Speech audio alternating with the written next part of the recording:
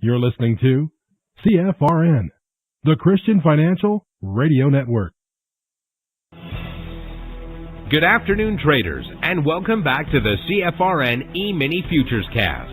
This is the daily broadcast of Indeterminate Length, where we discuss all things E-Mini, along with some really big ideas on the finer points of trading gold, bonds, crude, sugar, the euro. Joining us today, Mr. Michael Borth. From our trading desk in Chicago, Mr. Burton Schlichter. Now, to get things started, let's go to our host and founder in Studio A, overlooking South Mountain, America's largest city park. Here's Dwayne.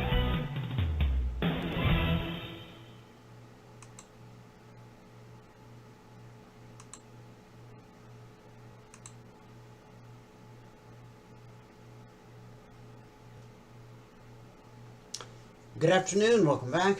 Today is Tuesday, 6th day of December 2022. Thanks so much for joining us.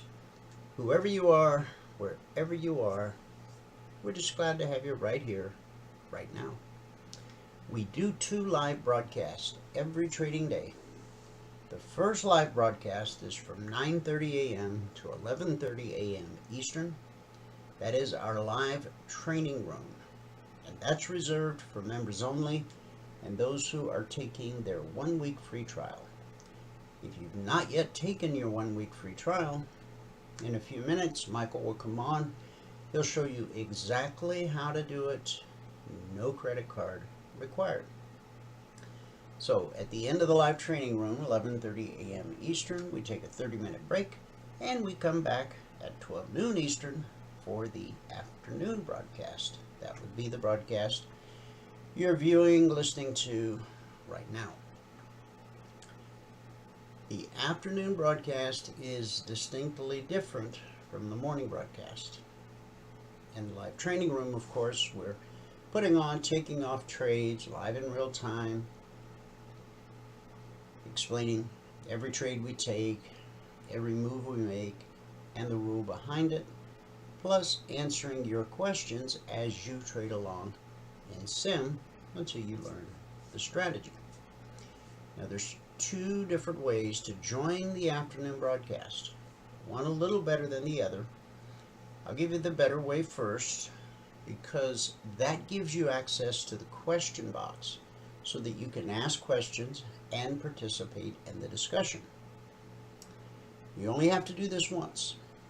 Go to mytradingiq.com, scroll down to where it says afternoon broadcast, click the link, fill out the 30-second registration form, and then every trading day going forward, you'll get an email before the broadcast starts, and all you have to do is click the link in the email, and it will automatically log you into our platform, where you'll have access to the question box that I mentioned.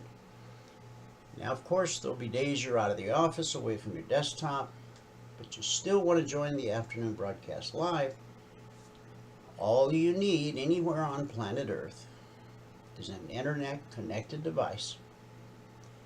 Phone, tablet, PC, Mac, we're not picky. Just point the browser to our YouTube channel, which is youtube.com/CFRN. Easy to remember, youtube.com/CFRN. Now, when you get to the YouTube page, if we're broadcasting live, you'll see it's right there on the front page that there's a live broadcast happening.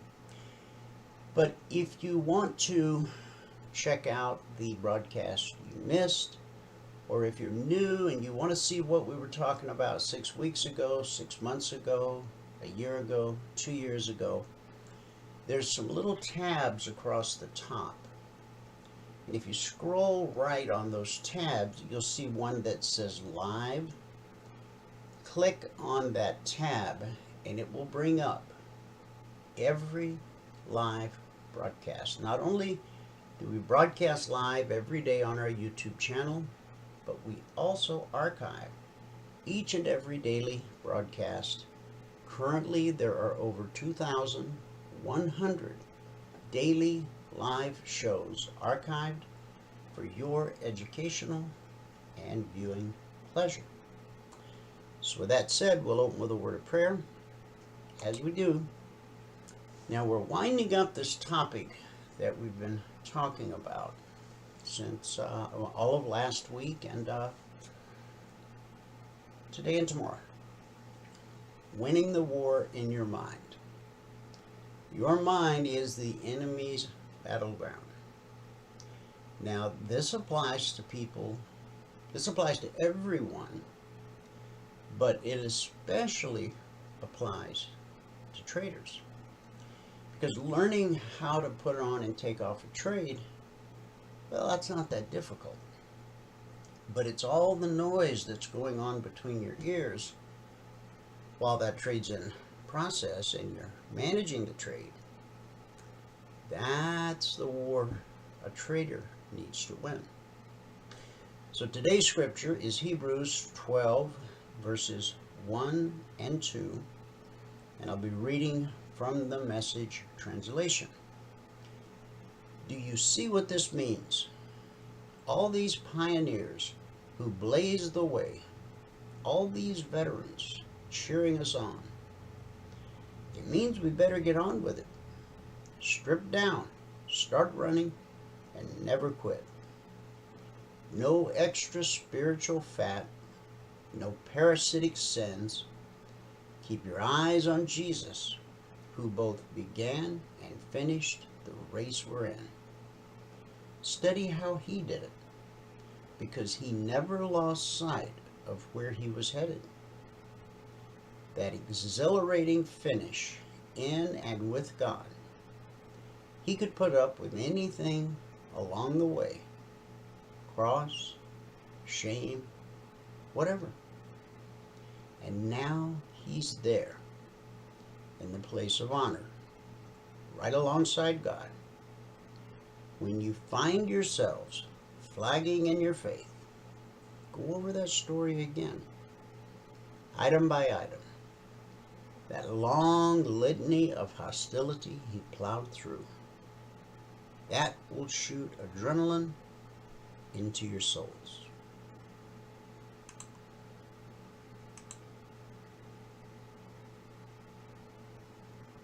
Now, because like you, every day I feel like I have more than I can actually handle. So I rely on God to renew my mind on a daily basis. His truth is my battle plan. I continue to create new trenches of truth to replace my old ruts so they will give me thought pathways leading to life and peace. So where do you need Jesus today? Right now. Where are your thoughts falling short of his life-giving truth? Are you stuck in a negative, hurtful, and poisonous rut? What will you do? You will use the 4 tools God has given us to fix our thoughts and win the war in our minds. First, we talked about the replacement principle. Then we talked about the rewire principle. Then we covered the reframe principle. And number 4, the rejoice principle. Number 1, you will remove the lie and replace it with truth. We know we have an enemy who is seeking to destroy us. His weapon is the lie. Our weakness is believing lies. And if we believe a lie, it will affect our lives as if it were true. The problem is that we don't realize that the lies we believe are lies. Hopefully the lies you need to defeat are now clear to you. Number 2, you'll create new trenches of truth.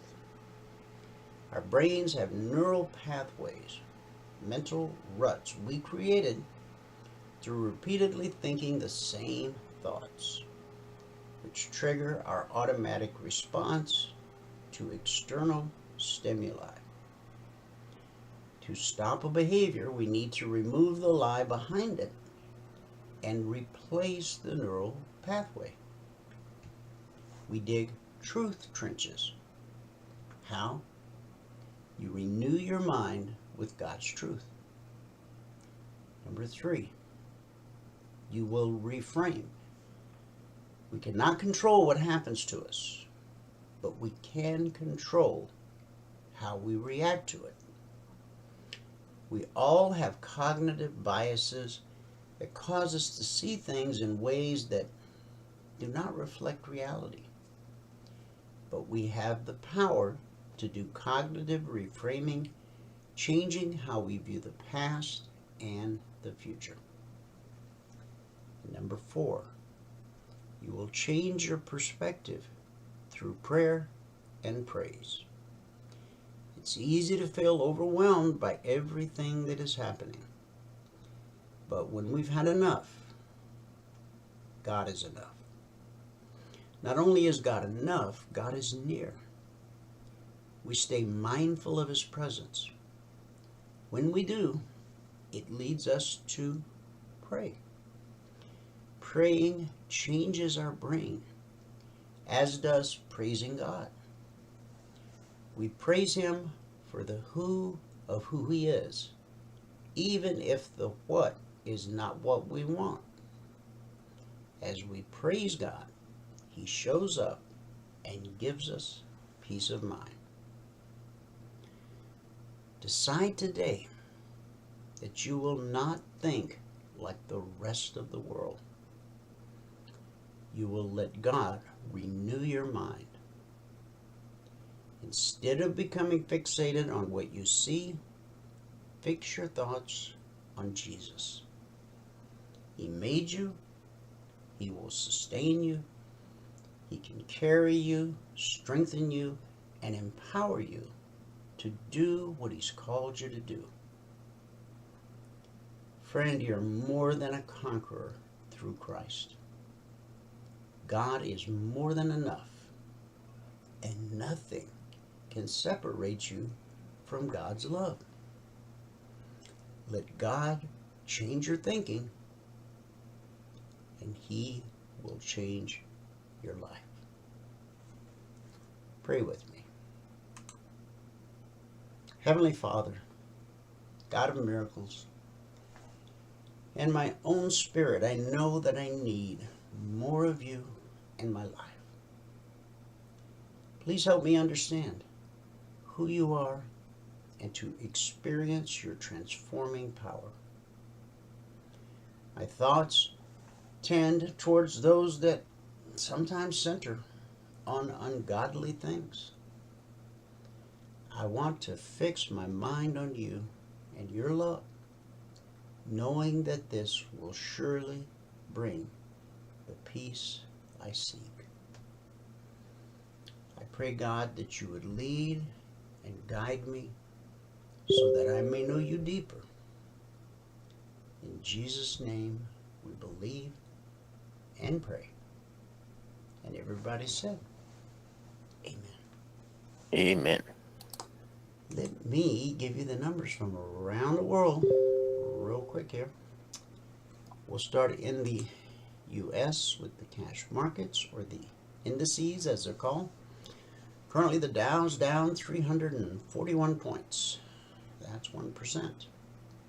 NASDAQ's down 203 points, almost 2%. S&P 500 is down 55 points, almost 1.5%. Our man in the street, the Russell 2000, is down 20 points, a little over 1%.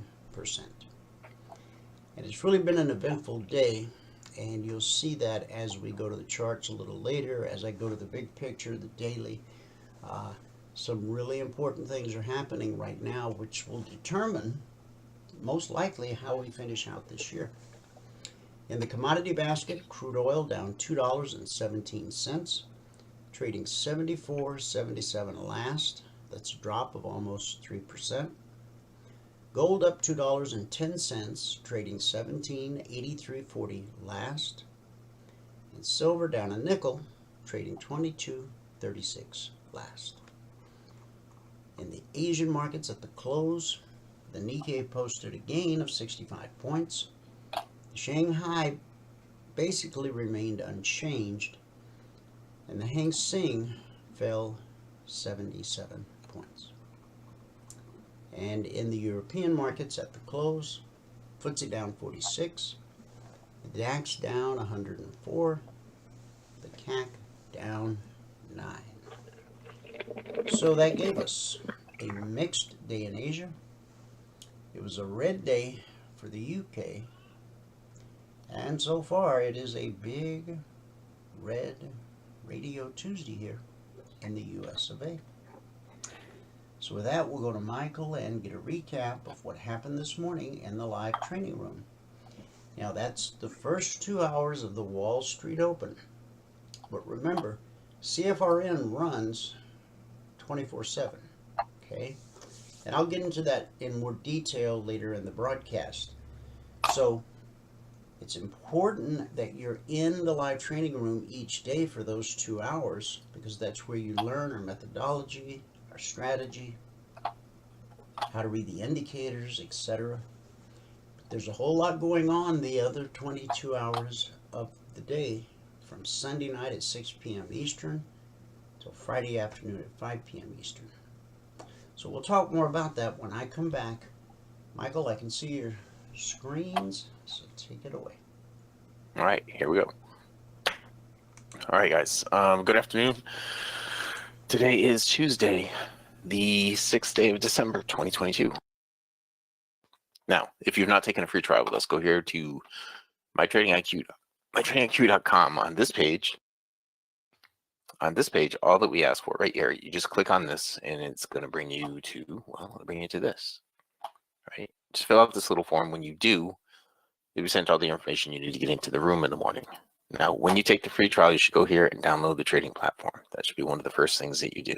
Download the trading platform so you have it on your desktop. It may not make any sense to you right in the beginning. If you don't have a trading platform, just do DT Pro. All right, that's what I use in the room. If you already have one of the other platforms, then just let us know what your either machine ID is or what your profile name is, and we'll set you up and we'll get you going. All right, you should do that as soon as you decide to take the trial. Take a look at the trade rules, the PDF in here. All right, and watch these videos. These videos of me following those rules in real markets, live, real time, in front of everybody. All right, you should watch all that and get ready for the actual trial. All right, so you're not overwhelmed when it begins. Now the spreadsheet, if you're going to look at the spreadsheet, you got to read all the CFTC risk disclosures down at the bottom. Today is the 6th day of December, 2022. Today we made 8 ticks in crude. We ended up with 10 ticks in gold. That was right at the end of the morning session. 10 ticks in gold and 26 ticks on the ES. Today it took 13 minutes and 3 trades to get to the goal for the day. At that point, we're up $120 a contract, and we took a total of 9 trades. So only 9 trades this morning. On the month now, we're at $3,087. That's over 4 trading days, averaging $771 per contract per 2-hour trading day. That seems low. Anyway, we've now gone 230 out of 230 days so far this year. Every day this year, we've gotten our goal. And we've gone 291 consecutive business days since we've had a negative day in the room. And on that day, we still got our goal. We just ended negative. So on the year, that puts us at $228,433. So 230 business days, averaging $993 per contract per 2-hour business day. If you were to quit trading when you get your goal for the day, and you were to add 1 contract per month, then you would now, you would have only had to work 39.9 hours so far this year. So we're almost at the 40-hour mark. We're almost at the 1 full work week mark on a year in December. And you would have averaged $5,528 per contract per 2-hour trading day. Okay, let's get into the trades. Here on gold, let me just look at this really quick. The 30-minute, where did we look to on the left after it went down this far? I know I was saying this morning, I think I was looking at the 4-hour chart this morning. I'm curious because I'm still holding those puts. Okay, I said here, all right. this morning. That's what I was saying. A full 100% retracement of this move here, because I'm still holding the puts that I bought that were up here that I suggested to everybody last week. Anyway, we'll start out with gold. Okay, so in gold we had just the one trade. This was during the moment in time. I thought it was going to go up and then go down. It was on this bar here that I thought it was going to go up and then go down from. It didn't go up immediately. Well, it did actually go up immediately. It didn't go down immediately. It went up and then it ended up going down way over here. Right, so I just took this short while Dwayne was talking a minute ago, but that doesn't count toward the total. I took this short right at the end of the room this morning, and I was actually filling out the spreadsheet when it finished this 10-tick run right here. Now, I did suggest that it was going to go through that number, but I only wanted to get to that number because that was taking long enough. That was the only trade we did in gold this morning, was that one trade. Okay, crude oil, were we back and forth in crude? No, we only had a few trades in crude too. Okay, so in crude, started out here, we had a break even, and then we had 2 ticks in profit. Okay, and then we had the moment in time. We missed a trade here. We had the moment in time right in here. I thought it was going to go up to this level and then go down to this level. We were at this bar right here when I thought it was going to do that. It didn't go up at all. It just went straight down to this level.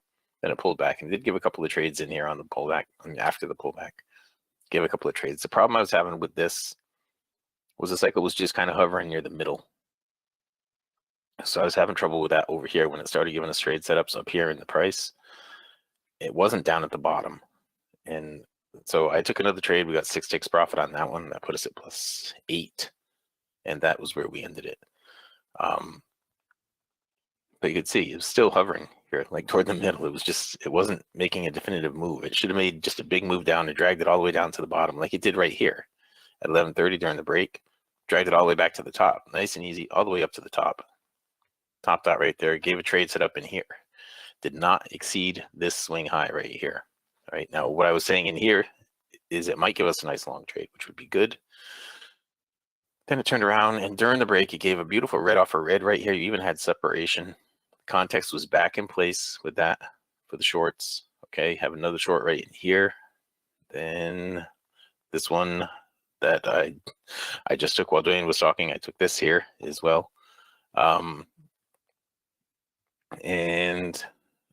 was drawing, actually, I was drawing this while Dwayne was talking. I was drawing this in here. This one, when did I take that? Yeah, I took that while Dwayne was talking. Okay, I know I just took it a few minutes ago on my down. I'm just looking over there at the totals to make sure I'm completely out of the trade, and I am. All right, so on the ES now. So we ended with +8 on the crude. Now the ES is where we did most of the trading, but it was only 5 trades, so it's not really a bunch of trading. It was a really slow morning this morning. All of this stuff, I got to get rid of all those drawing objects. I'm gonna do that as soon as I'm done with this. You can't even see all the stuff at the beginning. I don't know why it got all jammed up over there like that. It's like showing all my drawing objects in one spot. Okay, so if I scroll over here, now it's letting me scroll. Okay, that's better. All right, so this was in the pre-market. It had a red off a red right there, but then it came through here and we didn't have anything for like the first 10 minutes. Right here is where we got our goal for the day. We're up 2 on crude at that point. We picked up 8 ticks here on the ES. That's what put us at 120 when we got the goal. Then it kept going down. We grabbed another 12 right there. That put us at +20 ticks. We stopped out here, put us back to 10. Then we gained 10 there, put us back to 20. Then we gained 6 there to put us to 26. This was the moment in time. I thought it was going to hover in this range. It actually hovered in a much smaller range as it moved sideways. I thought it was going to go down to this level, which it did, but I thought it was going to stick in this range and get really choppy. And it got really choppy in a much smaller range than that. It just kept being choppy all morning. Okay, it wasn't until just before the end of the room this morning it had a nice blue off of blue right here and a trend line trade right there. I was already shut down as far as taking trades. I had the one gold trade that was on, but I was doing the spreadsheet right here when all that happened. During the break, it really didn't have anything in here that was in context. It really didn't have anything. It had a red off a red right here, but that's still not a very good looking trade. Even right now, there's really nothing. We were saying this morning, Dwayne and I were looking at things in the bigger picture, and I was saying, when it was up here, I think it was up here, yeah. Yeah, this was it this morning when it was. This is a 4-hour chart, but if I look back at the 30-minute, when it was up here this morning, approaching this weekly trading zone, the daily BBC was right here, right below the zone at 77, and we were up here taking trades on the way down to the zone right here, and I was saying I think it's probably going to go down, hit the zone, hit the daily BBC, and then probably bounce. At the time, I was thinking it was going to bounce up to the midpoint of this candle, which was right here. It just kept going down, down, down. It's still going down.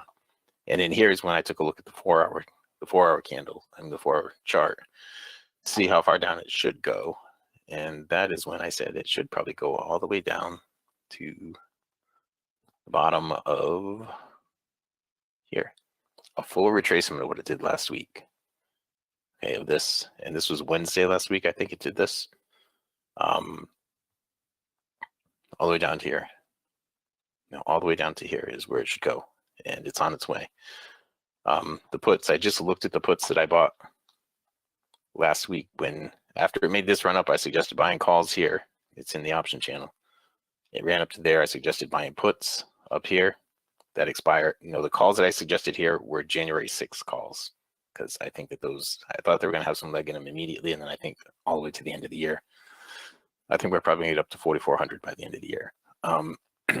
That said, when I got up this far, I was suggesting buying puts that expire on Friday, and those puts right now are up 310% from here to here that I suggested last week. I just looked at them a few minutes ago, and I'm going to bail out of them in just a few minutes when I'm done with this. That said, let's go back here. This was a 30-minute chart. We'll go back to what we did this morning. Okay. Did I already do this? I think I already did this, didn't I? We started out here. Maybe I didn't. We started out here with 8 ticks, and we had, yeah, I did. Then we went 12 to 20, then minus 10, then plus 10, then plus 6. So I did do all this. Okay. And that was it. that was the morning session for me. I ended with plus 26 ticks on the ES. Right now, I think it's going to go down just a little bit more. All right. So back to the spreadsheet here. Let me see the question box. I didn't look at the question box until too late yesterday. See if there's any questions in here for me. There is not. Okay.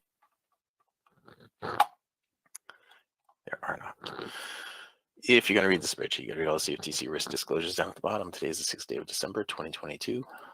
Today we had 8 ticks in crude, 10 ticks in gold, and 26 ticks on the ES.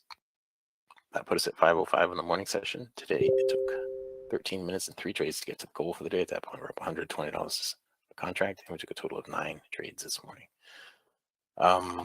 That puts us at $3,087 on the month, averaging $771 per contract for 2-hour business days so far in the 4 days this month.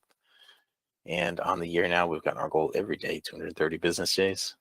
Every day I've traded. This is like 233 business days so far. We've gone 291 consecutive business days that I've traded since my last negative day in the room. On the year, that puts us to $228,433, averaging $993 per contract per 2-hour business day. If you were to quit trading when you get your goal for the day and you were to add 1 contract per month, so far this year, you would have only had to work this year 39.9 hours, and it would have averaged $5,528 per hour on the year. Again, that's not to say that you're going to sit down and make $5,000 trading just 1 hour. If you have 12 contracts on, there's a pretty good chance of it. Like this morning, it took 13 minutes to trade and get my goal. And at that point, it was over $1,400 after 13 minutes. That's it. All right. So now to get a free trial, if you haven't gotten one yet, go here to mytradingiq.com. Right here, it says sign up for your free 5-day training. Now you can click on that or any one of these other things that says register for the training webinar. Click on any one of those things. Okay, when you do that, you'll be brought to this page. Fill out this form, and once you fill it out, you'll be sent the link that you need to get into the trial. If you're going to take the trial, you should download the charting platform, print out the trade rules, and watch the videos. All right, be prepared for the trial if you're going to bother taking it. All right. All right. That's it, guys. With that, I can pass it back out to fabulous Phoenix, Arizona, in Studio A, overlooking South Mountain, America's largest city park. Wayne, if you are ready. I am ready. Okay. Excellent. Now, I want to say one thing before I ask you the important question. Okay. We teach guys, we teach everyone how to get the goal for the day and put the mouse away. So you might wonder, well, if that's what you're trying to teach us how to do, why does Michael get his goal for the day and then just keep trading?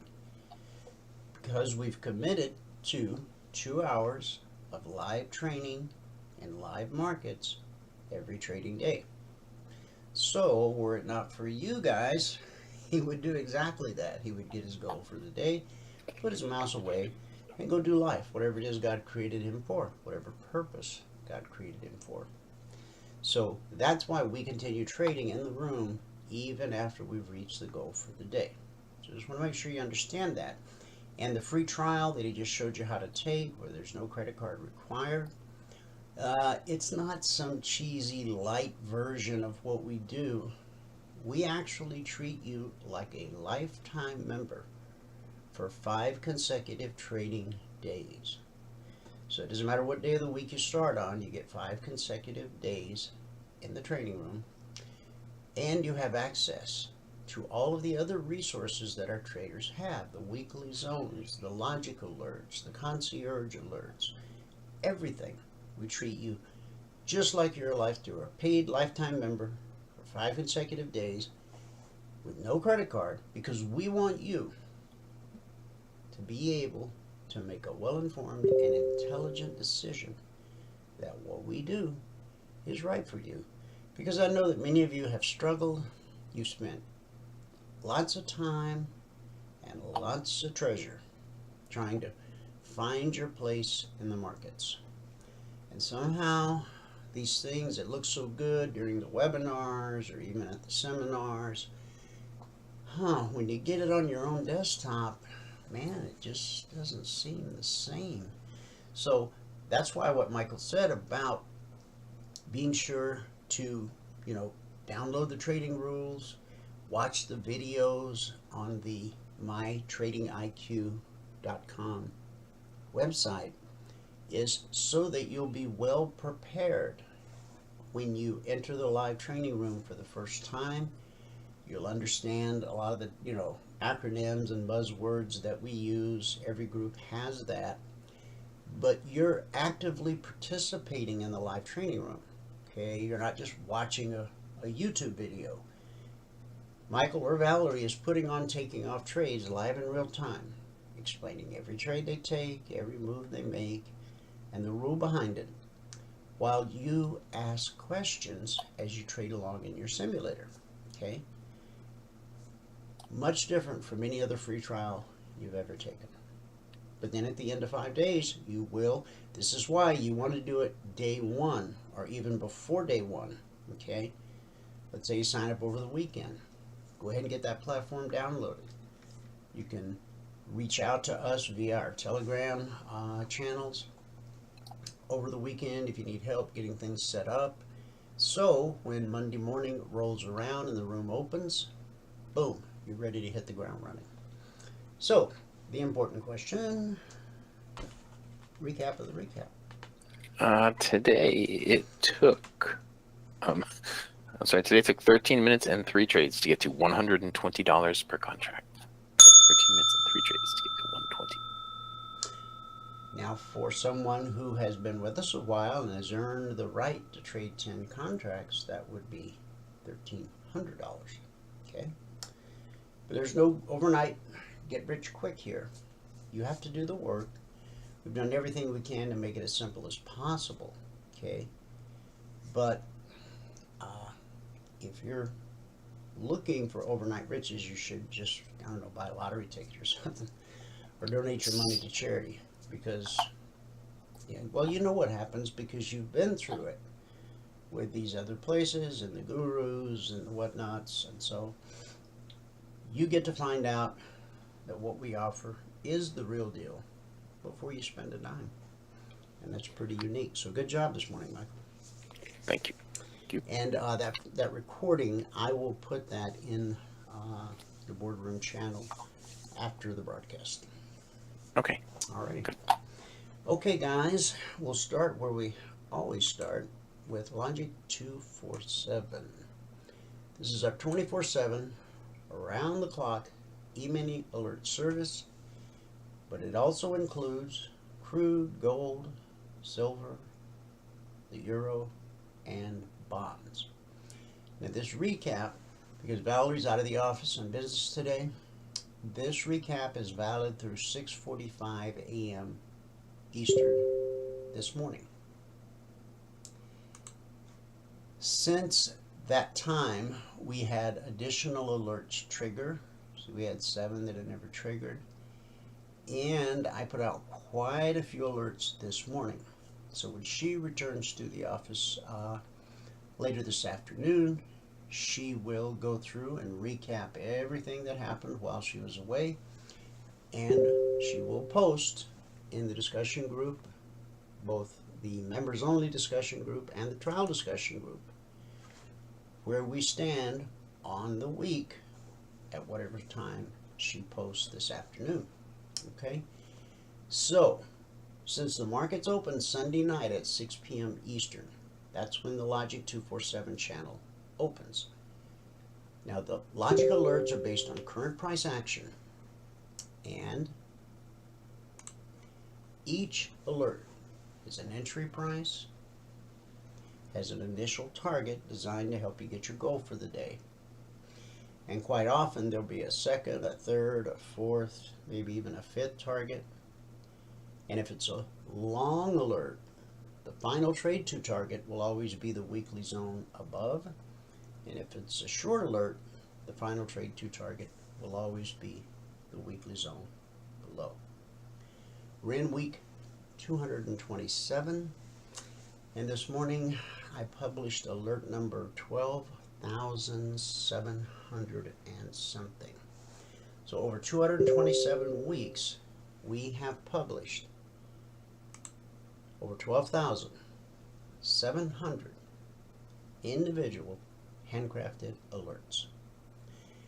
And I was asked in a mentoring session the other day a very good question. How much time do I have from when you issue the alert to actually, take advantage of the alert? I typically try to build in a minimum of 10 to 15 minutes, but often could be hours before the alert actually triggers. You see, the purpose of the alerts is not just so that you can trade the alerts, make money, and never have to learn how to trade. I know some people do that, but there's going to come a day when they regret that they didn't take advantage of the opportunity to actually learn how to trade. Now, we're not teaching you how to trade any one specific market, because we trade every market exactly the same, because price flows the same across all markets and all time frames. I'm talking about all futures markets, the ES, the Dow, the Russell, the NQ, crude, silver, gold, bonds,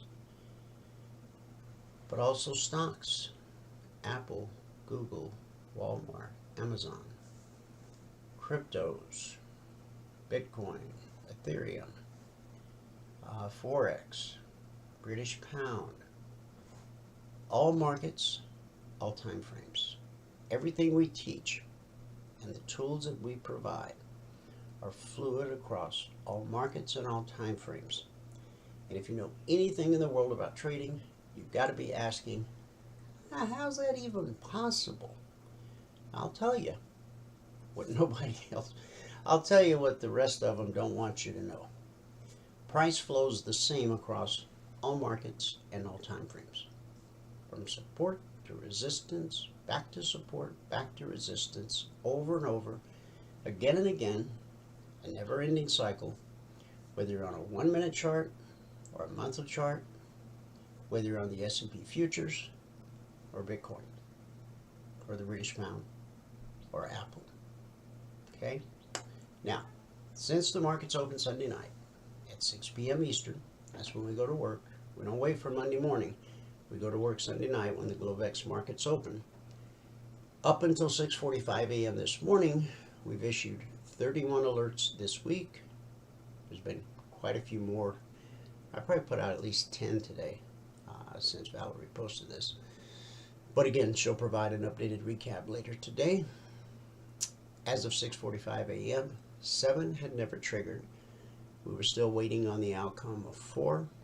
So we had 20 actionable alerts, of which 4 or 20% would have been stopped out based on not risking more than $300 per contract, per trade, less when possible, based on market structure, and a very simple 3-step process that we teach all of our passport holders in private one-on-one mentoring sessions.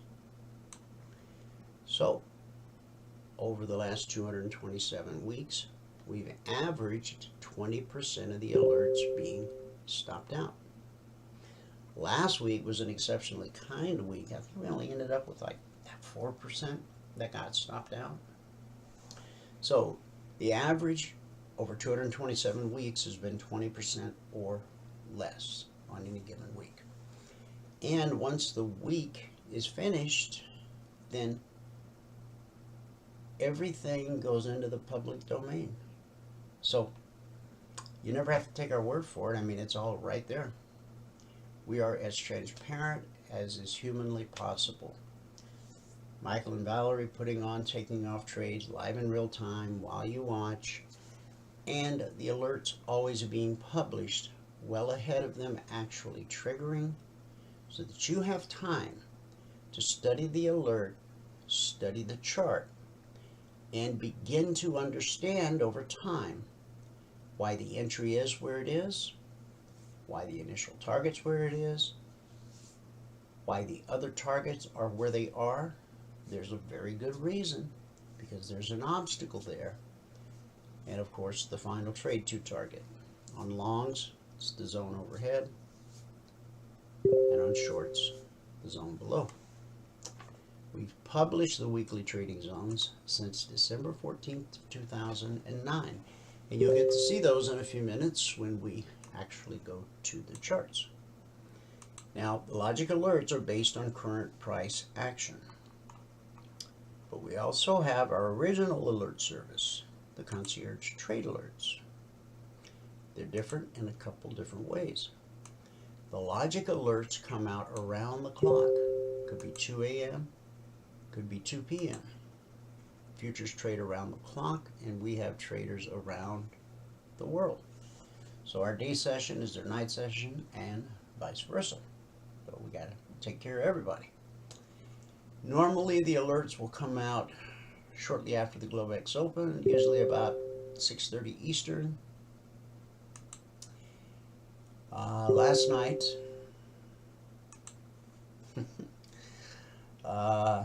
7:05 p.m. is when this report was published, both for our members in the CTA channel and for those on the trial in the trial alert channel. Okay. Now there's 2 numbers for each market. Chances are you don't trade all these markets, and if you knew, you certainly shouldn't try to. Okay, focus in on 1 or 2 until you learn the strategy, learn how to read the indicators, and then you can go trade any market you want. You might have it in your head that, well, I'm just an S&P trader. Okay, that's fine. But once you understand our strategy and how to read the indicators, and you start looking around and seeing that the same thing happens across all markets and all time frames, then you can still remain just an S&P trader if you want to. Or if you'd rather be doing something else than staring at charts all day, you can go through the different markets and you can find where opportunity is setting up. There's always opportunity setting up somewhere in one of the markets, whether it's in futures, stocks, crypto, or Forex. So we're going to use the ES just as an example here. What do you do when this report is published? Okay. Now, the CTAs again are based on historic price action. Logic is current price action. When historic price action lines up with current price action, that's where you'll find some of your best high probability, low risk trade opportunities. So let's say you just trade the S&P.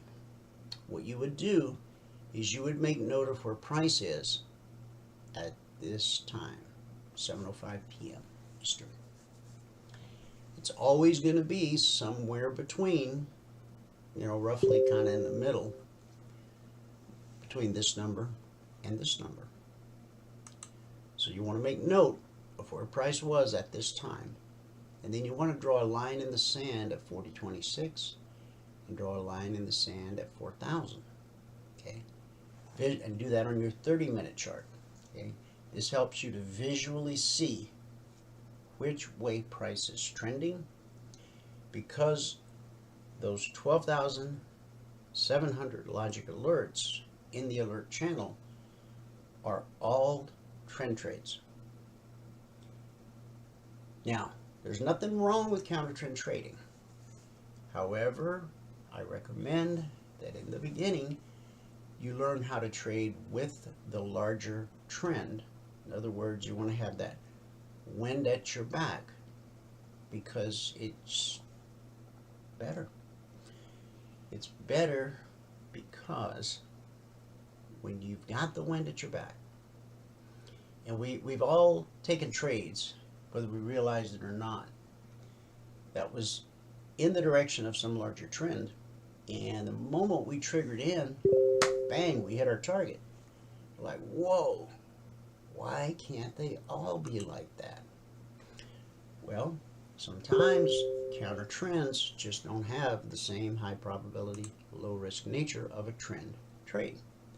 So once you master the strategy and the indicators, trading with the trend, if you decide you want to be a counter trend trader, well, then you certainly can do that, because it's your trading business. And that's our goal, is to teach you not only how to trade, but how to manage your trading business. We want you to become self-sufficient. We want you to get to the point where you never ever have to ask anybody or have someone tell you when to get in and when to get out. The chart will tell you when to get in and when to get out once you learn to understand it. Okay? So for those who don't have access to the numbers because you're not a member, you're not on a trial, if you want to grab a screenshot, you can do that, because we are going to walk through each and every one of these individual markets. We'll start with the daily chart as we always do. But before we get to the charts,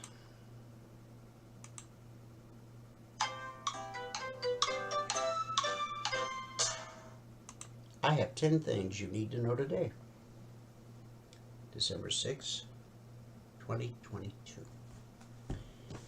Ukrainian drones struck 2 Russian air bases hundreds of miles inside the country, the Kremlin said Monday. Russia's defense ministry said 3 of its service members were killed in a strike at a base in Ryazan, southeast of Moscow. The other facility, the Ingles 2 air base near the southwestern city of Saratov, houses Russian strategic bombers and has served as a launch point for attacks on Ukraine's power grid. Ukraine didn't confirm it was responsible, but an advisor to President Zelensky tweeted, "If something is launched into other countries' airspace, sooner or later unknown flying objects will return to departure point." Shortly after the attacks, Russia launched more airstrikes into Ukraine. Number 2, big day in Georgia. Polls opened this morning for the Senate runoff election. Democrats and Republicans spent Monday making a final push to encourage voter turnout. Some county officials warned wait times at the polls could be significant after some people in the Atlanta area and other spots had to wait 2 hours to cast in-person ballots. In November, when Senator Raphael Warnock, the Democrat from Georgia, led Republican challenger Herschel Walker, but fell short of the 50% needed to win outright, Warnock maintained a slight lead in the last polls. But he made a final campaign swing through Atlanta, telling supporters not to get complacent. "I want you to vote like it's an emergency," he told Georgia Tech students. The first headline I gave you was from the Wall Street Journal, and the one I just gave you was from the Old Gray Lady, the New York Times, and the Atlanta Journal. Number 3, the Supreme Court heard arguments yesterday in a case involving a Christian website designer's claim she has a free speech right to refuse service to same-sex couples preparing to get married. Conservative justices' questions suggested they were inclined to side with the web designer, Lori Smith, who says she won't work for same-sex couples because gay marriage goes against her Christian faith. She is willing to sell to everyone, but she won't do a website that celebrates something that offends her religious beliefs. That comment was made by Justice Neil Gorsuch, a member of the 6-3 conservative supermajority. The court's 3 liberal justices argued against blanket exemptions for such a refusal to work for same-sex couples. That article courtesy of the LA Times. Number 4, Iranian protesters launched 3 days of nationwide strikes on Monday, ratcheting up pressure on the government, even after a senior official said the country's feared morality police had been shut down. The morality police's activities sparked months of protest after some of its agents detained 22-year-old Masha Emini for allegedly improper attire, and she died in police custody. Now, yesterday we talked about this. The improper attire, she wasn't in a miniskirt and stilettos. Her hijab wasn't properly wrapped or placed. I don't know much about those things, but that's what yesterday's article said. She was arrested for that, and she died in police custody. Activists dismissed suggestions that the government was dismantling the police unit for good and called for escalating the protest. At least 470 people have been killed and about 18,000 arrested in a crackdown by security forces since the anti-government demonstrations began. That courtesy of NBC. And here at home in Georgia, this is courtesy of The Hill, Arizona officials yesterday certified the state's November midterm election results, despite unfounded claims by some Republicans vowing to fight the results in court. The approval of the state's vote canvass made the winners official in races for governor, senator, and other high-profile offices. Some Republican candidates and local election officials had argued that printer malfunctions in the state's most populous county disenfranchised some voters, an allegation state election officials denied. Well, I'm going to say that's a lie, because I stood in line with my son on that morning, and we experienced that very issue. And I've told the story too many times already on the show, so I'm not going to go into every detail. But for them to deny that that happened is simply a lie, because I was there. I was told, oh, just put your ballot in this box over here, and we'll run it through later. I said, no, I'm going to wait.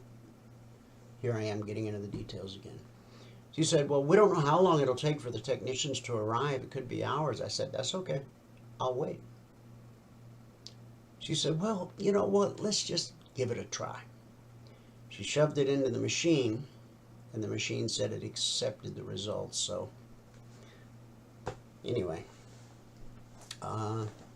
we got a new governor. Republican Governor Doug Ducey leaving office.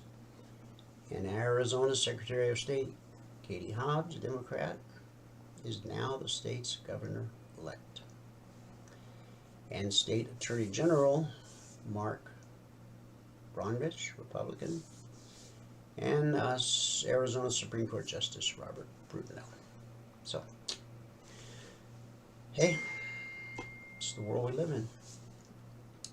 From CNN, which, if you followed this whole story along the way, it's so humorous. Not for him. Lawyer Michael Avenatti, who was the media darling on CNN, MSNBC, because he was defending, it's probably the article, the porn star that supposedly had some dealings with Trump, but he just became a real media darling. There was even talk about him running for president at a future date. However, things didn't turn out well for Michael. U.S. District Judge James Selna yesterday sentenced disgraced attorney Michael Avenatti to 14 years in prison for tax evasion and stealing millions of dollars from 4 clients. The judge also ordered Avenatti to pay nearly $11 million in restitution to the clients and the Internal Revenue Service.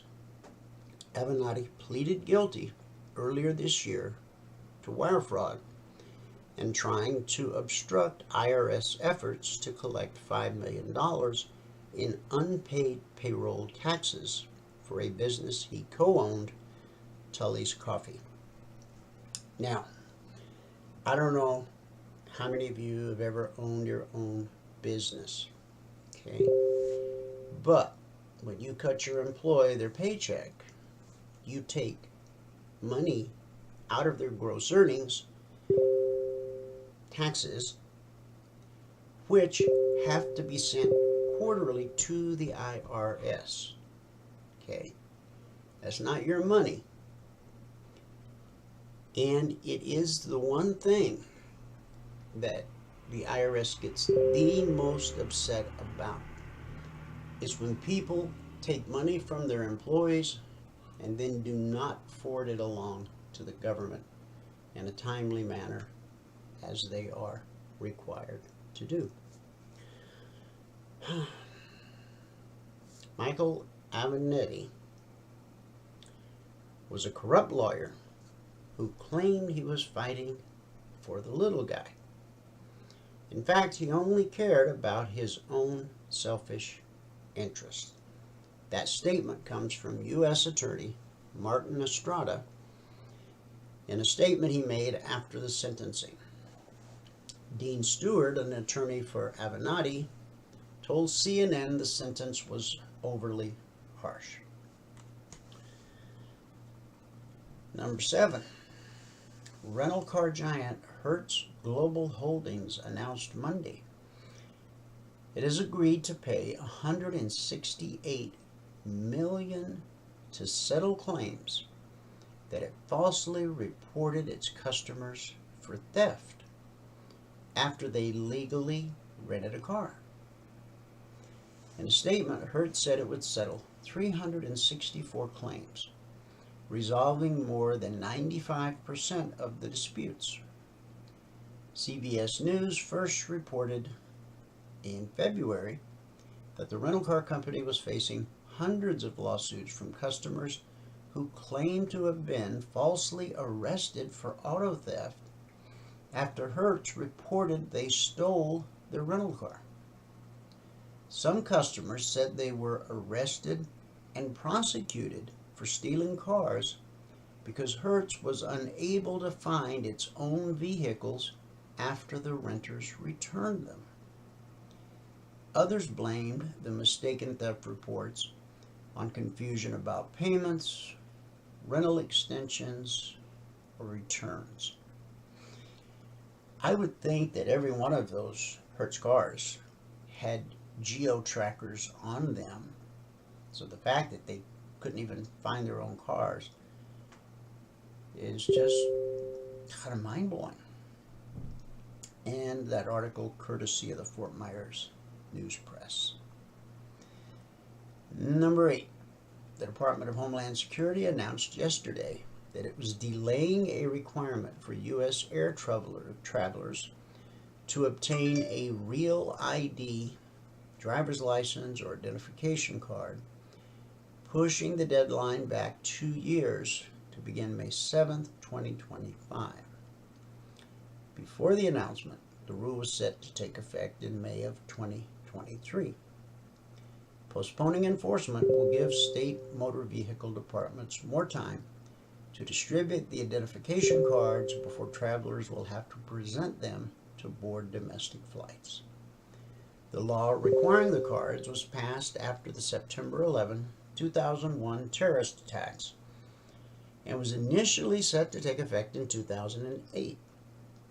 Homeland Security Secretary Alejandro Mayorkas promised that DHS would continue to ensure that the American public can travel safely in the meantime.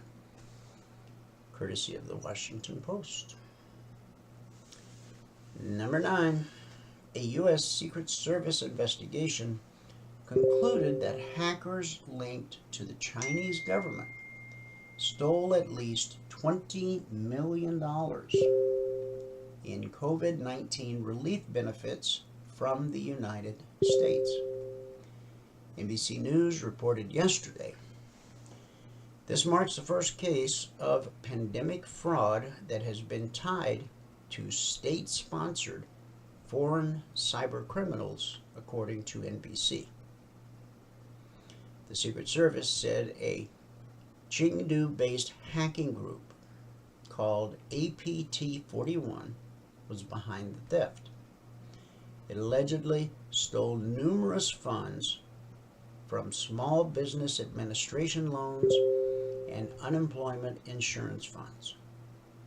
While the Secret Service was able to verify the fraud occurring in at least a dozen states, agency officials told NBC News that the hacking by APT41 was likely on a much larger scale. Now, according to the U.S. Secret Service, these hackers were working for the Chinese government. That's from NBC News. And last, but certainly not least, the sad one. Don, I've told that story every day about the voting machines. So if you want me to tell it to you again, I will. But not today. I'll tell it to you next time we get together in a mentoring session. Okay, number 10 seems to always be the sad one. Who doesn't like a place where everybody knows your name? Yep. Cheers. Their star, Kirstie Alley, passed away at age 71. She was most famous for her role in Cheers, Veronica's Closet, Look Who's Talking, and Drop Dead Gorgeous. She died yesterday of cancer. Her children announced that she was 71. Alley joined Cheers, portraying bar manager Rebecca Howe, in 1987 at the height of the NBC sitcom's popularity. She stayed through the final episode in 1993, winning an Emmy for Best Lead Actress in a Comedy Series in 1991. She won a second Emmy for Best Lead Actress in a miniseries 2 years later for the title role in the CBS TV movie David's Mother. As iconic as she was on screen, she was an even more amazing mother and grandmother, her children said in a statement. Our thoughts, our hearts, and prayers are with Kirsty's family. And that article came to us courtesy of NPR and People magazine. So, to the charts we go.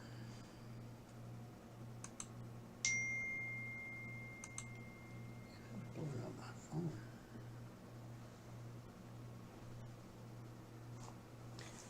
When somebody sends you a text message like the one I just got,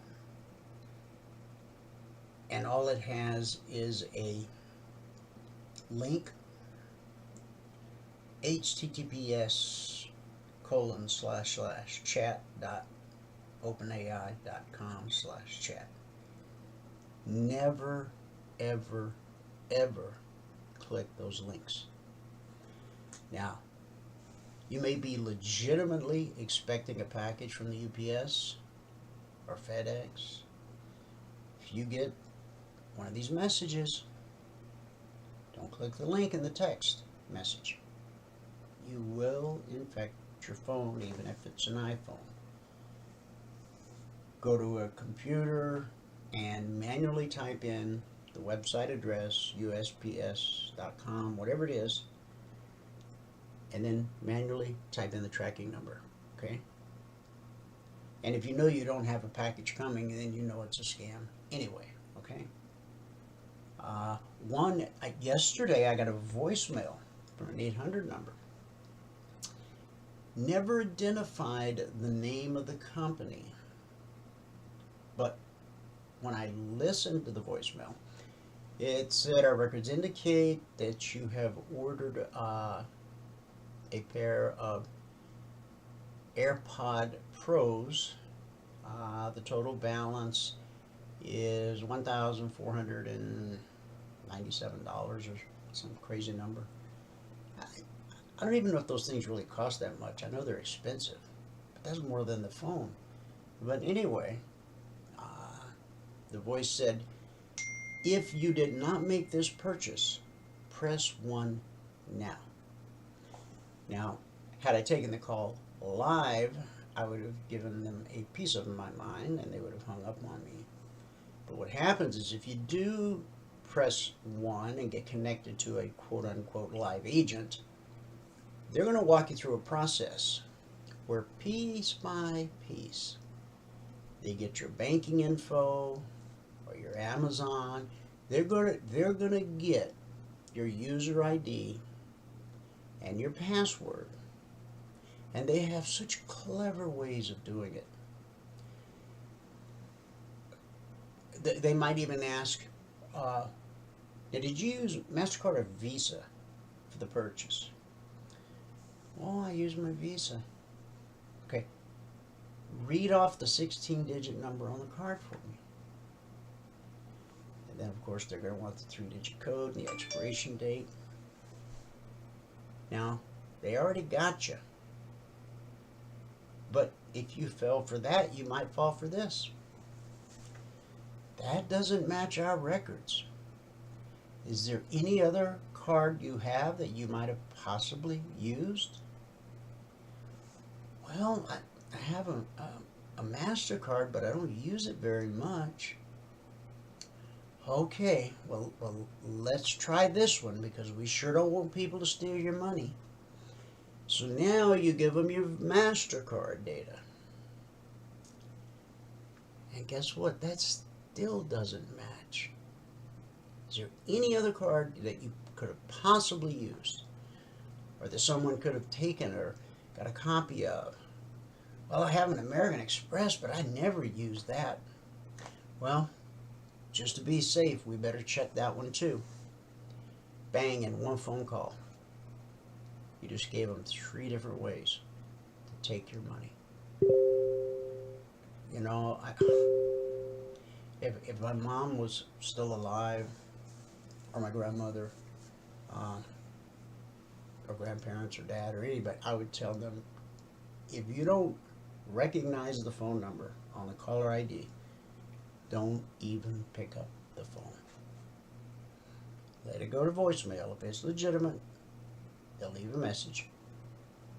And if the message is legitimate, you can tell when you're on alert for this kind of thing. Okay, it's really a pandemic right now. So anyway, just a little free info to help you stay safe this holiday season. Look what happened today. This green line we call the BBC. It stands for Bull Bear Cross. When price crosses above that green line, we're bullish and we anticipate higher prices. When price crosses below that green line, we're bearish and we anticipate lower prices. And then when it gets back above the green line, again we're bullish, looking for higher prices. Lower, higher. Now this is a daily chart of the S&P 500 Emini futures. But what about a 1-minute chart of crude oil? Same thing. Well, what about an hourly chart of Google, or Alphabet as it's now called? Still true. Remember, everything we teach and every tool we provide is fluid across all markets and all time frames. Now the pullback to the BBC holds more often than it doesn't. But we know eventually there'll be times when it doesn't hold on whatever time frame, on whatever market. That's what keeps the markets fluid and tradable. Okay, you don't want them to just go flatline. Yeah, right. Okay. So just a few days ago, on the 29th of November, price pulled back to the BBC, to the tick, the daily BBC. And the following day, Powell spoke, and the markets went nuts, overcoming the 50% reverse fib.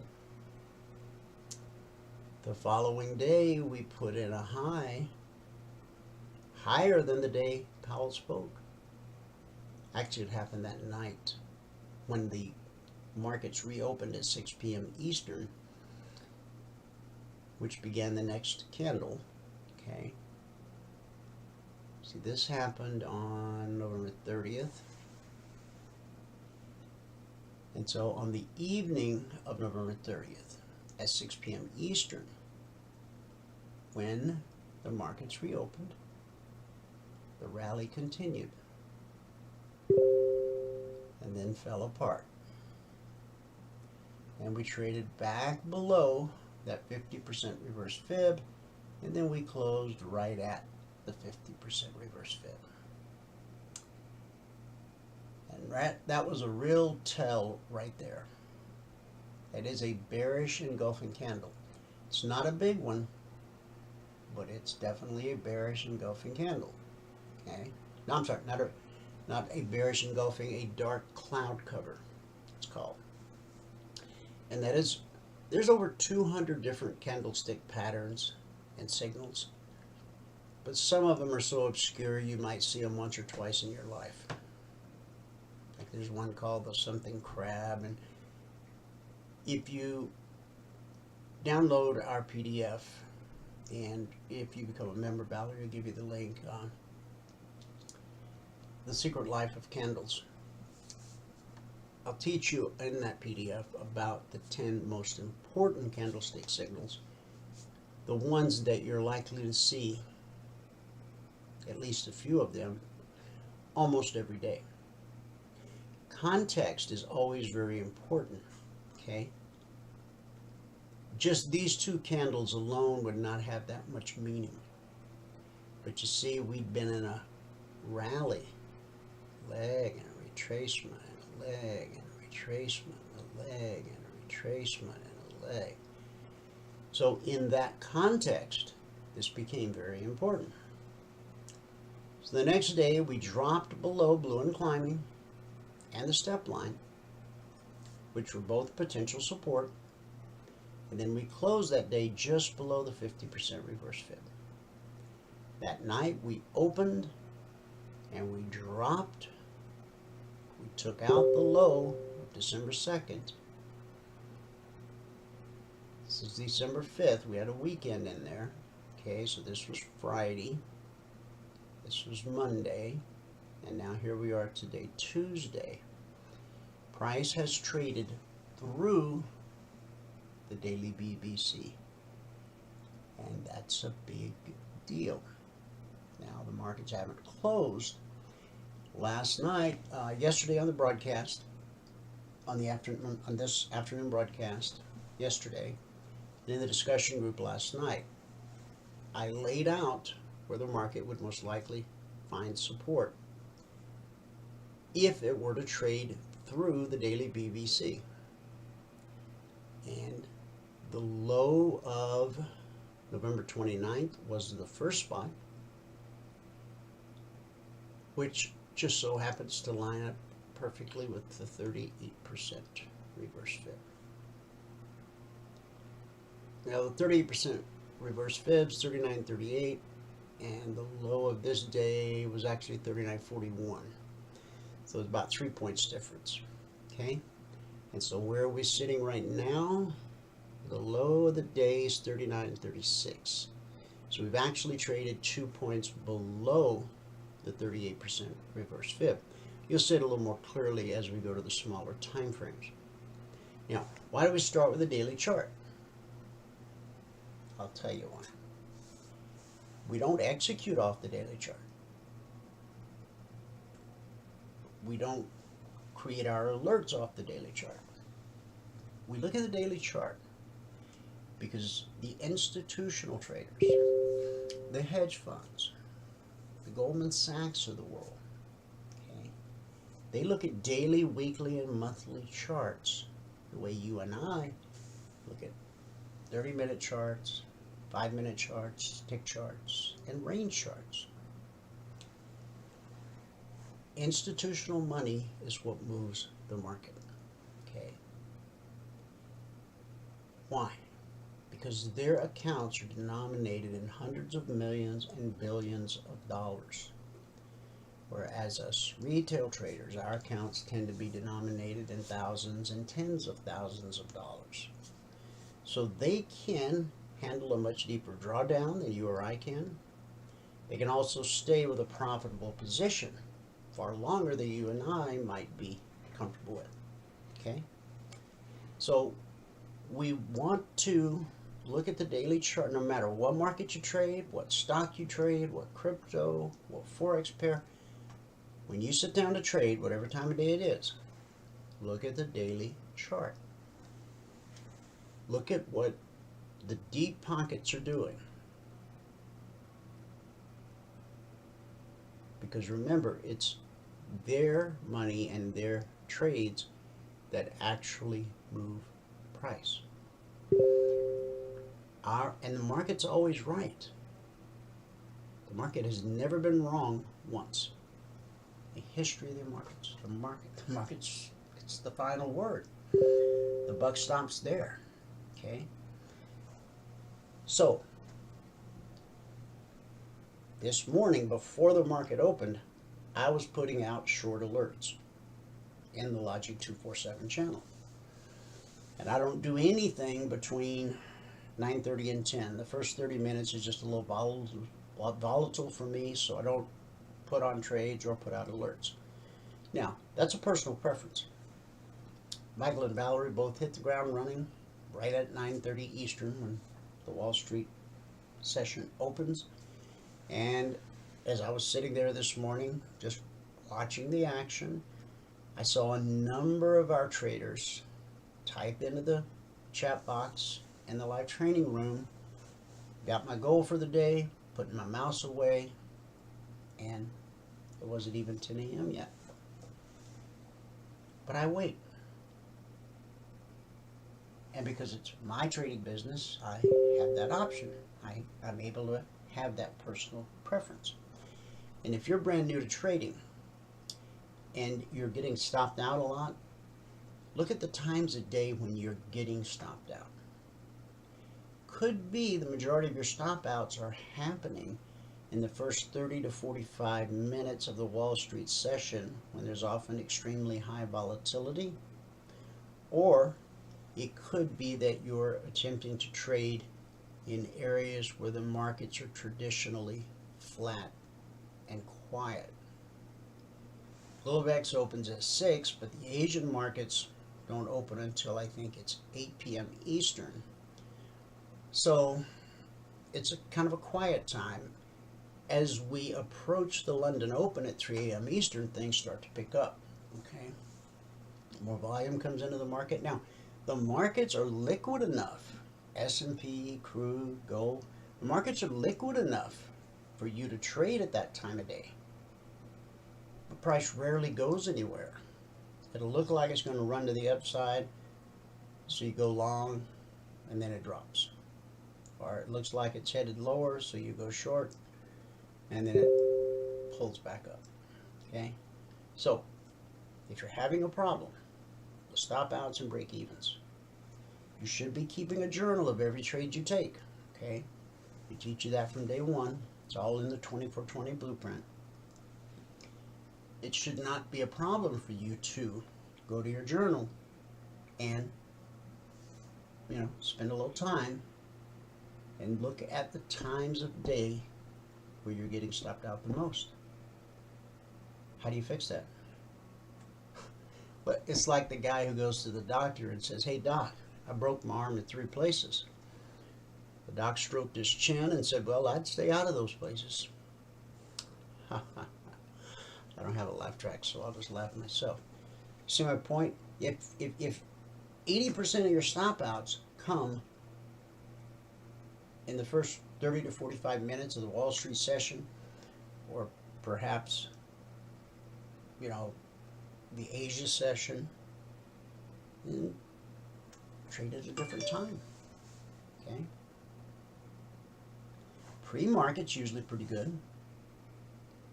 But once that 9:30 bell rings on Wall Street, things go nuts. Prices run up, and they run down, and they run up, and they run down. Okay? And so I prefer to just wait that out. All right. So what comes next? Well, right here we've got the 24%.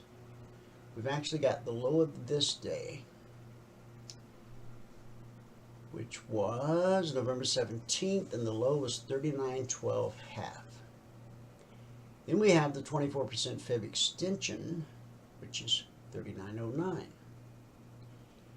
If we get below that 24% Fib extension, looking left, man, it could be a fast drop to the 38% Fib extension, and then the 24% reverse Fib of the entire downtrend. This is the 38% reverse Fib of the entire downtrend. See, the downtrend started March 29th. Way back here. And since March 29th, the low of the downtrend was put in on October 13th. Okay? Now, there have been a number of occasions where we tried to break out of the downtrend and failed, and failed, and failed. Is this going to be another failure? I don't know. I don't have crystal balls. Don't read tea leaves, okay? Man did not give Adam the ability to change the past or know the future. And those two things are inextricably linked for eternity. Trade what's in front of you.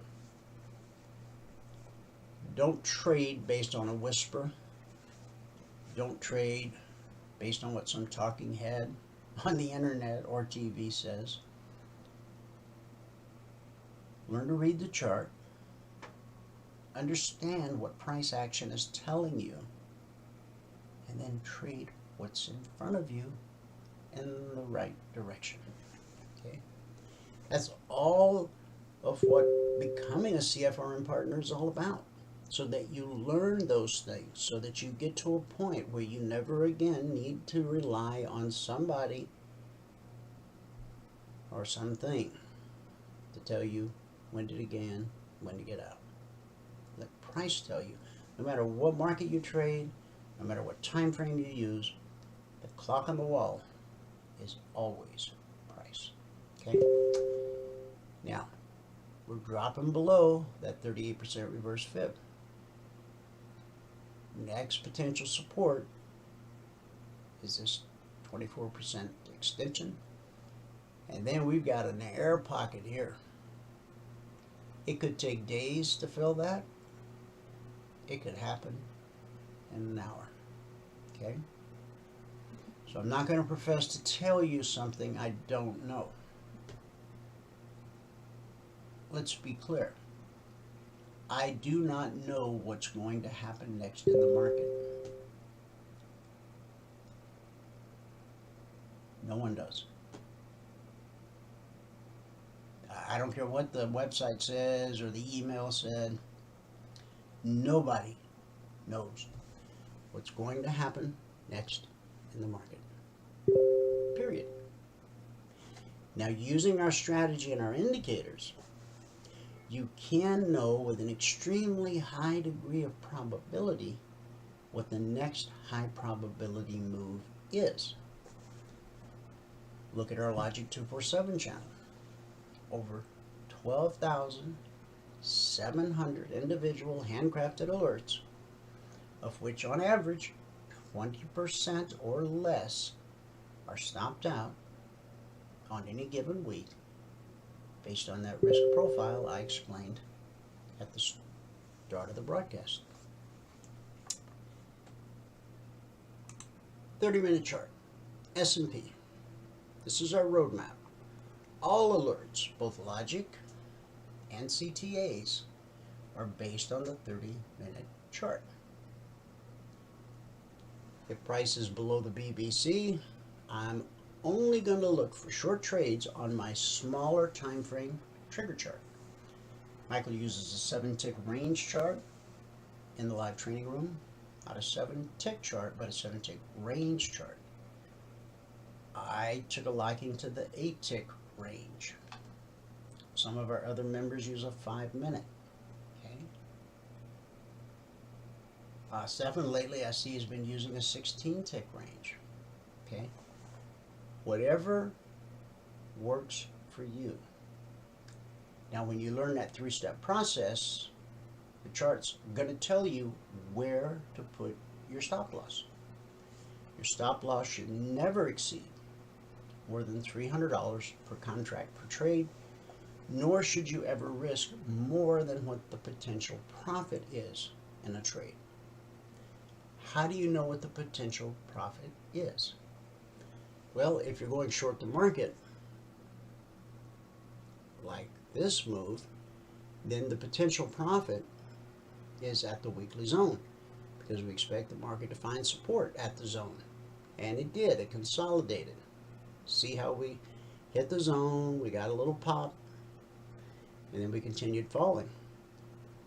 And if we keep falling, we're going to find the lowest weekly trading zone for the week.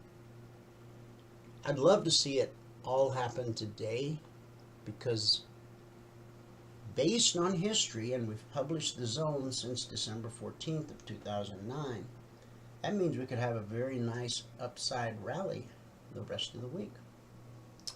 So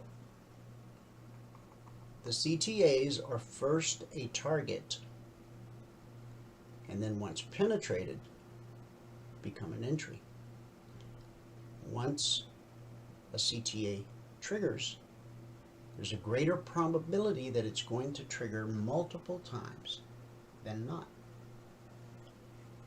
As we can see, Here's the opening candle last night. Price ran up to the BBC. The pullback holds more often than not. The step line crossed, blue and climbing. Blue and climbing rolled over and turned to red and falling. And so you could have got short on the open of this candle right here. Or maybe you wanted to wait for this candle. Let's say you did. This candle opened at 4,006. Well, there was a nice 6-point drop down to the CTA, the target. And we bounced up to the BBC, the pullback holds, more often than not. So then we come back down. We trigger again. See, this candle opened green and ran up to the BBC and got rejected. Pullback held. And then this candle opened. It was red. It came down through the CTA number from 4,000 down to 97.5, so 2.5 points. Okay. Then it pulls back to the BBC again. Comes down for a third trigger. This candle closed here, opened here, continued down. That low was $39.96. That's 4 points. $50 a point, $200 per contract traded. Price then pulled back to the BBC, and again the pullback held. And down we go. And we trigger again.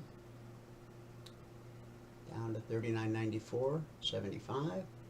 And we get back above the trigger, and we drop again down to $39.96. Then we drop again, but we only go a couple ticks over we go 1 point over the line that time, $39.99. And then again we pull back to the BBC. See, we have 1, 2, 3, 4, 5, 6 pullbacks to the BBC. They all held. And then we traded through the CTA number 1, 2, 3, 4, 5, 6 times. And the 6th trigger took us all the way to the published target. Okay, now, did we keep going? You bet we did. Were there logic alerts down here? You'll see the results tonight. Okay? So from 4,000 to the zone. The zone is 39.78/79. Okay? So that would be 21 points. At $50 a point, that one candle right there is worth over $1,000 per contract traded. If you've earned the right to trade 2 contracts, $2 grand. If you've earned the right to trade 3 contracts, $3 grand. 5 contracts, $5 grand. 10 contracts, $10 grand. From the published entry to the published target. And as you become familiar with the strategy, you'll learn how to stay with this kind of a trade, or take your profit and re-enter. See how the step line is dropping? You got price and the step line, and red and falling, and way over here is the BBC. Until this changes, you should expect the market to continue dropping until this happens.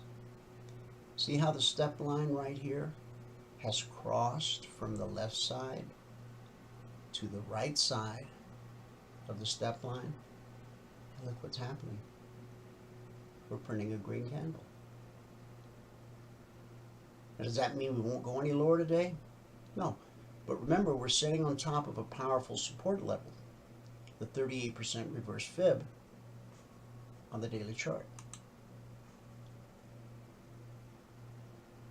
Powerful support, okay? And you're seeing it reflected on your 30-minute chart, okay? When that step line crosses, that tells you the price is going to attempt to pull back to the BBC.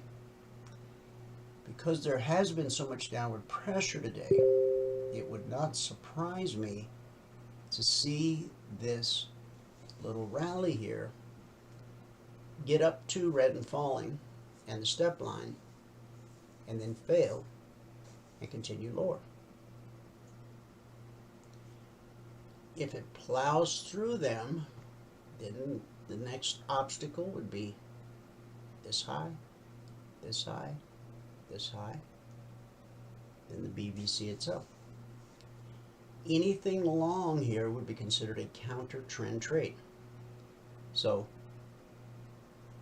while I would not hesitate to put out a trend trade down here,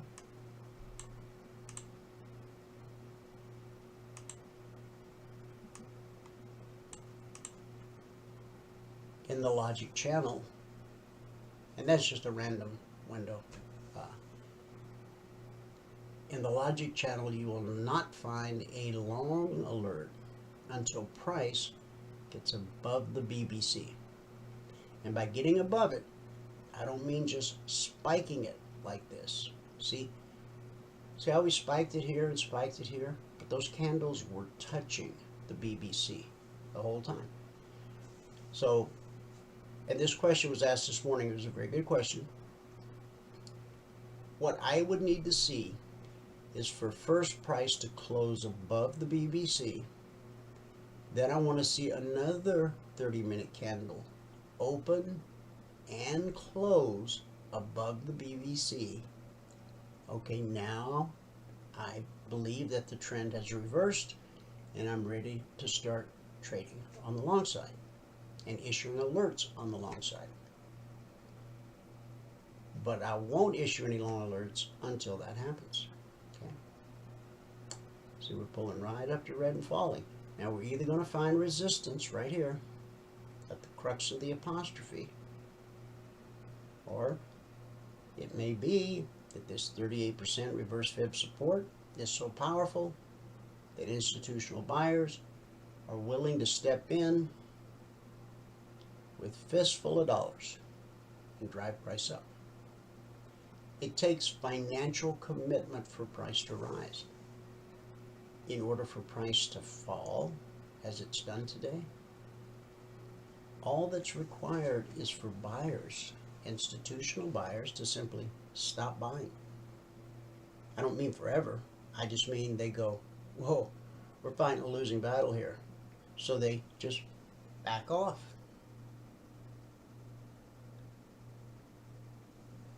But then eventually, price gets so low, it becomes so attractive that they're ready to put their toe back in the water. And the more price climbs, the more they'll add to their positions. Okay? So we'll come back and look in a little bit and see what happens right here. One of two things will happen. We'll either find resistance and start printing another red candle. I mean, we've had 1, 2, 3. That was a doji. 4, 5, 6, 7 consecutive red candles. Well, I guess if I add these two, it'd be 8 and 9. Okay.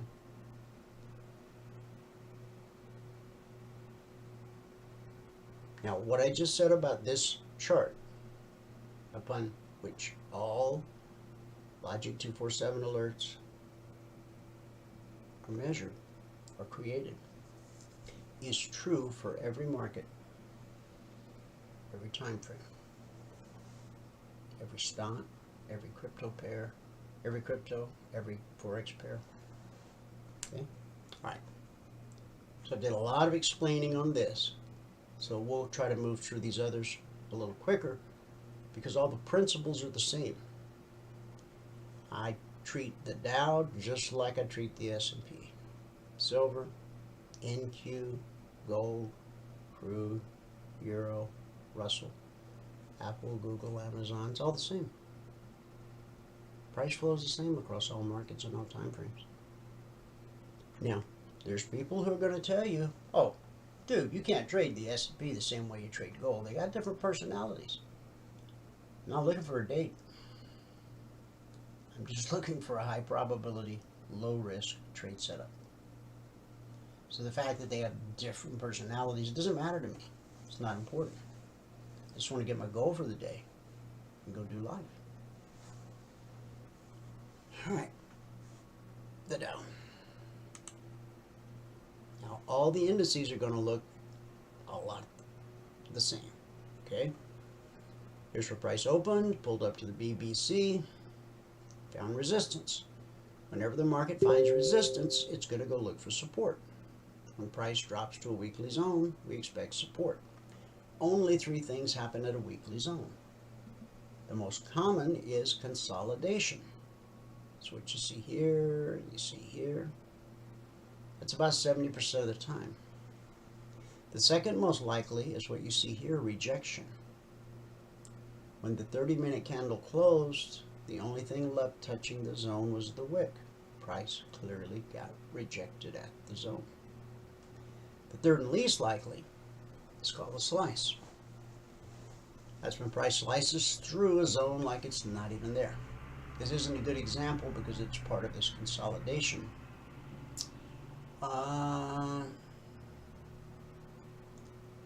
Yeah, this one, well, there'll be better examples, but see how price on this candle just sliced through the zone? When it ran out of steam, it retraced back to the zone it sliced through and then continued in the direction of the slice. Only three things happen at a weekly zone. 80%, 70% of the time, consolidation. 20% of the time, rejection. 10% of the time, the slice. Okay? So, we triggered. Now, we had all this room to get our goal for the day on the way down because we're below the BBC. And once we get below this weekly zone, and we know that our target is down here at 33,875, there's all kinds of, I mean, this one candle right here had a high of, we'll call it 34,000. A low of 33,940, that's 60 points. You only need 20 points in the Dow to get your goal for the day. So multiple opportunities to get your goal, and we finally get to the target, and we overshoot it just a little bit. And from 875, we dropped to 865, so $50 a contract. And then we bounce, get back above, run into resistance at the step line. This time we mean business. We go all the way from the published entry. Remember, it's a target until pierced. Then it becomes an entry. Okay? So from the published entry to the published target, 33,715.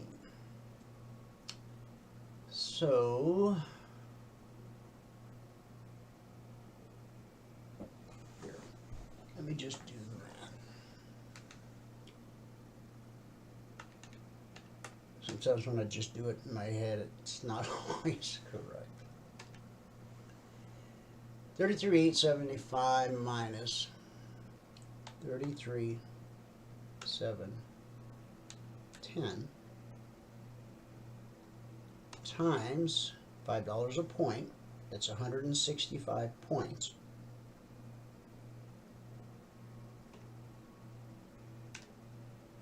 $825 per contract traded from the published entry to the published target, and we've continued lower. We're also printing a green candle on the Dow. The step line hasn't crossed yet, but you can see how the gap narrowed, okay? one more green candle and it will cross. Okay. Remember, all indicators follow price. Price does not follow any indicator, any algorithm, any oscillator, or anybody's crystal balls. Okay? That's just the truth about trading. Oh, people are going to try to convince you different. We got the Holy Grail. That's why we charge so much for it, because it's the Holy Grail. There's no Holy Grail. The only secret is there is no secret. And we're just honest with that. I don't know what's going to happen next. But whatever does happen, I know how to trade it. And I know what opportunity looks like. If price takes out this low, man, I got all this room to short down to the lowest weekly trading zone. But I got no interest in being long until price gets back above the BBC on the 30-minute chart. But I'm going to execute my trade on an 8-tick range chart. Michael and Valerie use a 7-tick range. Again, some of our traders use a 5-minute chart. Okay? So whatever you feel comfortable with, personal preference. There's no right or wrong answer. For cohesiveness, you might just go with the 7-tick range because that's what you see every day in the live training room. Okay, the Russell. Well, it sure looks a lot like the S&P and the Dow. Here's where we opened. We pulled up. We failed. Blue and climbing. Turned to red and falling. Price pulled up to the BBC. The pullback held.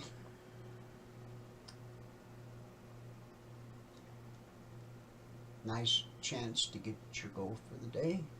Price pulls up again.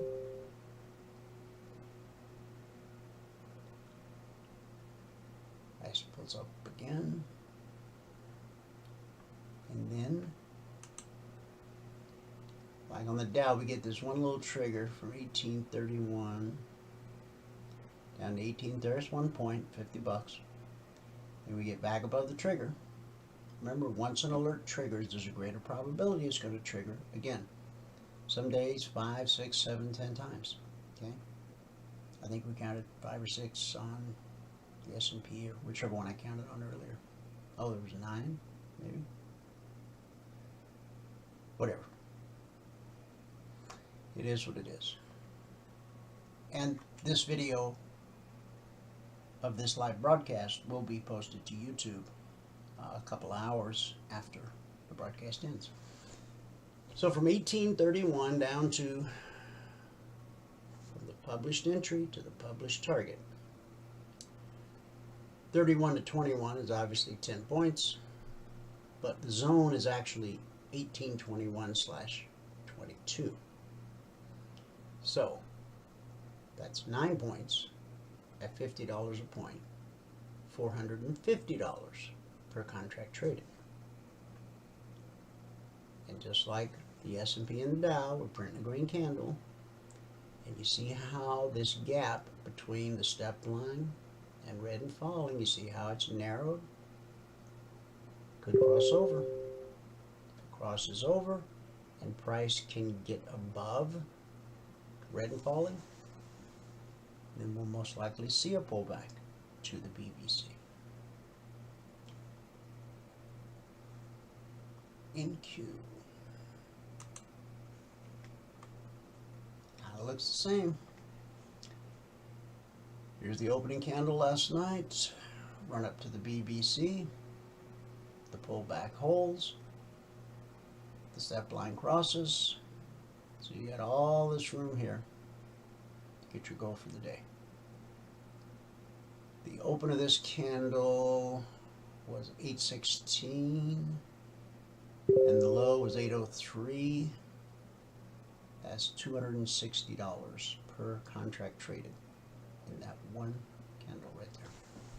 Okay, so then we hit the zone, which we expect to be support, and it was. We consolidated for hours. Then we made a run at the zone. The pullback held. When the market finds resistance, it's going to look for support, which it found at the zone. Then it made another run. Then it dropped. Support, support, support. And then we finally traded through the zone. Took out these lows. That'd be another great spot to get shorts on the way to the target at 737. Looking left, you would think, oh, there could be potential support here or here. So if you just traded in this area from like 77 down to 57, that's $400 per contract traded. Just that little piece right there. Okay. So we hit the target and it becomes an entry in the same candle. And we go from 11,737 to 11,610. So that's 127 points. 127 points times $20 a point. $2,540 per contract traded. $2,540 per contract traded from the published entry to the published target. Step line is already crossed. We're printing a green candle. We've already ran up to the step line, but we weren't able to overcome it. We backed off. Okay. If we drop back below the step line, then we probably just continue heading lower. Buyers, institutional buyers, are committed enough to push us above red and falling, above the step line, above the zone, above these highs right here, and above this high here. We could make it up to the BBC. Remember, the S&P, the bellwether, okay, sitting on top of that very important support, 38%. How important is it? Well, 1, 2, 3, 4, 5 days to break through that area. And then another 2 days. And then that support becomes resistance. I'm sure you've heard that before. Okay. And we get above it. And it's support. And we get above it. And it's support. And then we get above it. And it's support. Okay. So that's a very strong area. The market's trying to drop through it. So let's go back to that ES chart for a minute. So we've covered the NQ. Let's go back to the ES for a minute. Price got rejected. Remember I said it was really important that we get above red and falling and above the step line in order for price to make the pullback to the BBC. There's 3 minutes, 2 minutes left in the life of this candle.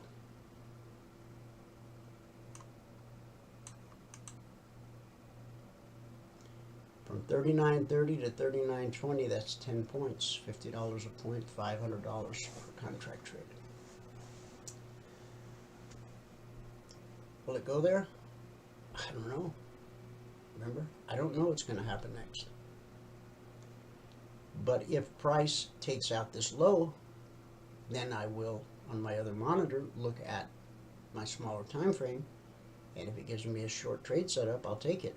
If it gives me a long setup, I'll ignore it. I did do a counter trend trade the other day, and I admitted it, and I posted it, and I showed the chart in the discussion group. Okay? We're committed to being transparent. Although I preach against it, it was just so tempting. I couldn't resist it. That's the truth. Okay, we've done all the indices. Crude oil. Here's the opening candle. We pull up to the BBC. The pullback holds. There's your goal for the day. Pull back to the BBC. There's your goal for the day on the way to the target. We trade through the target, so it becomes an entry. From 76.35, we drop to 75.60. Now $700 per contract traded. And then we could argue that we went sideways and then we dropped a little more all the way down to 75 and a quarter, which would make it $1,000 per contract move.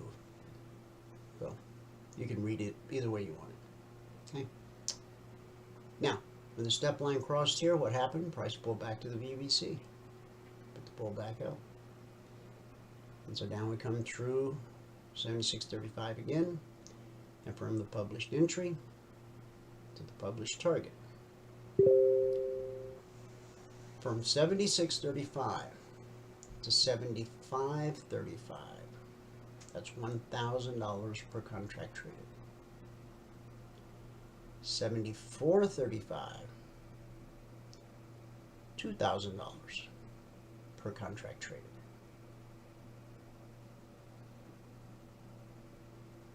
That's one contract. You've earned the right to trade 10, which isn't going to happen overnight, because when you become a member, you got to put together 10 consecutive days in a row in Sim before you start trading live. And some people can't deal with that. I've been trading for 10 years. Okay. And have you been consistently profitable? Obviously not, because that's why you ended up on our doorstep. So, as long as you go down the same road, you'll end up in the same place. Same recipe always bakes the same cake. Okay? Something's got to change. You. And how you see the markets. And how you trade the markets.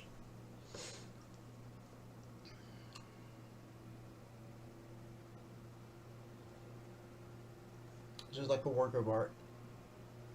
I could frame it and hang it. But I'll move on. Gold did much of nothing.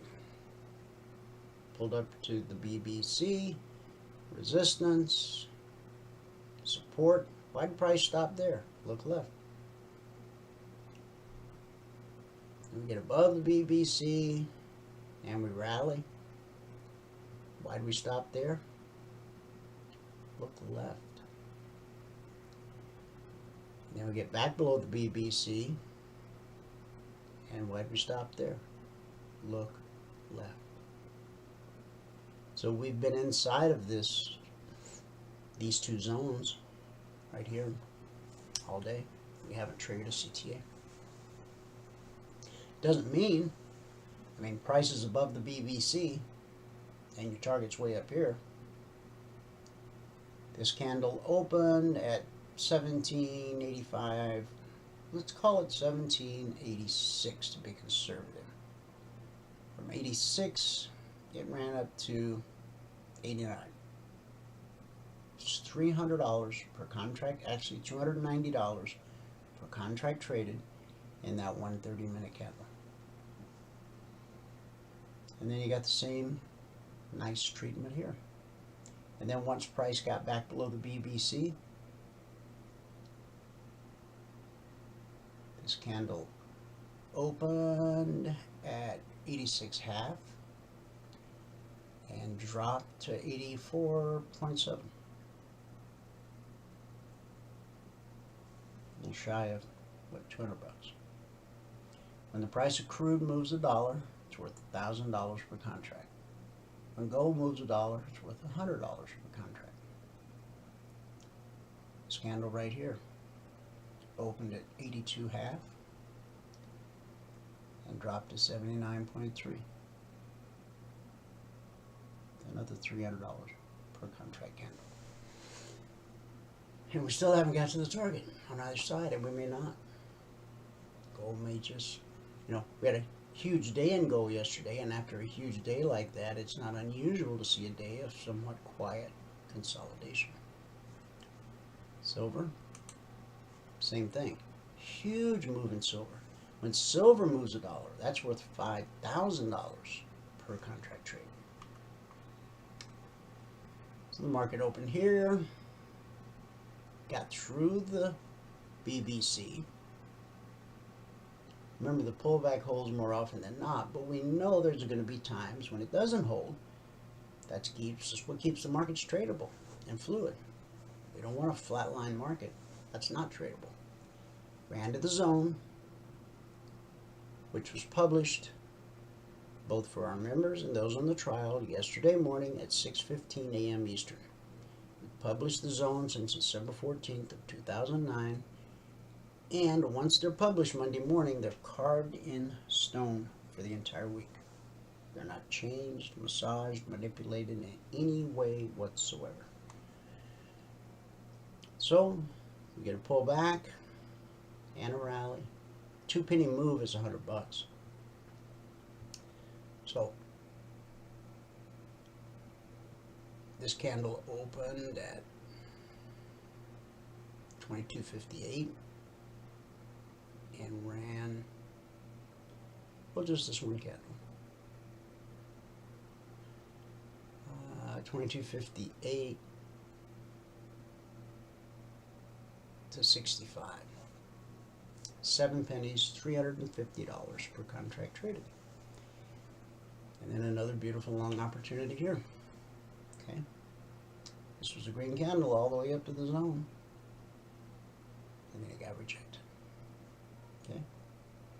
And we had more of the same over here. We had some shorting opportunities here. Big shorting opportunity here. And then we finally got to the target. Remember, any short trade you take here, this is your target. Once penetrated, becomes an entry. From 22.29, we've traded down to 22.19. That's 10 pennies. That one candle right there is $500 per contract traded, and we have not hit the target yet.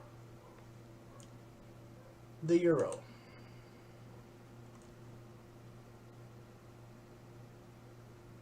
From 375, it only ran up to 435. However, the open of this candle at 190 up to the target at 375, that's your goal for the day and then some. Same thing over here. Once price gets below the BBC and starts dropping, goal for the day and then some. And we've just now triggered the short CTA. And so where will it take us? Well, right there is your first potential support, and then your next potential support, and then your next potential support. And then your next potential support, and then your next potential support, and then you're at the target.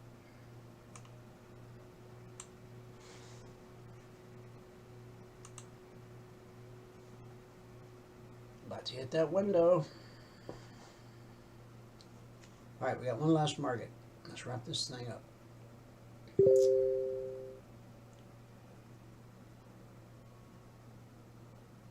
Bonds. Not overly excited with bonds today, but I'll show them to you anyway.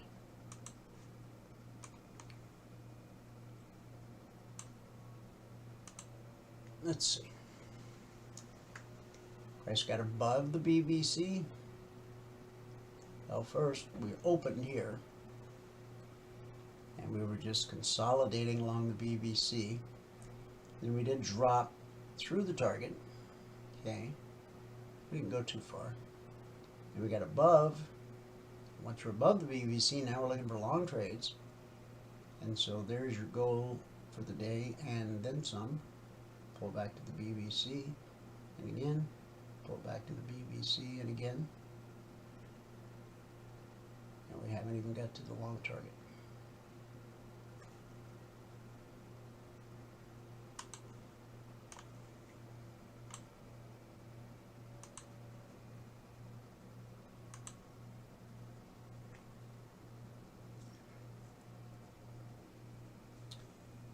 Hal, where did you say the published entry was on the NQ?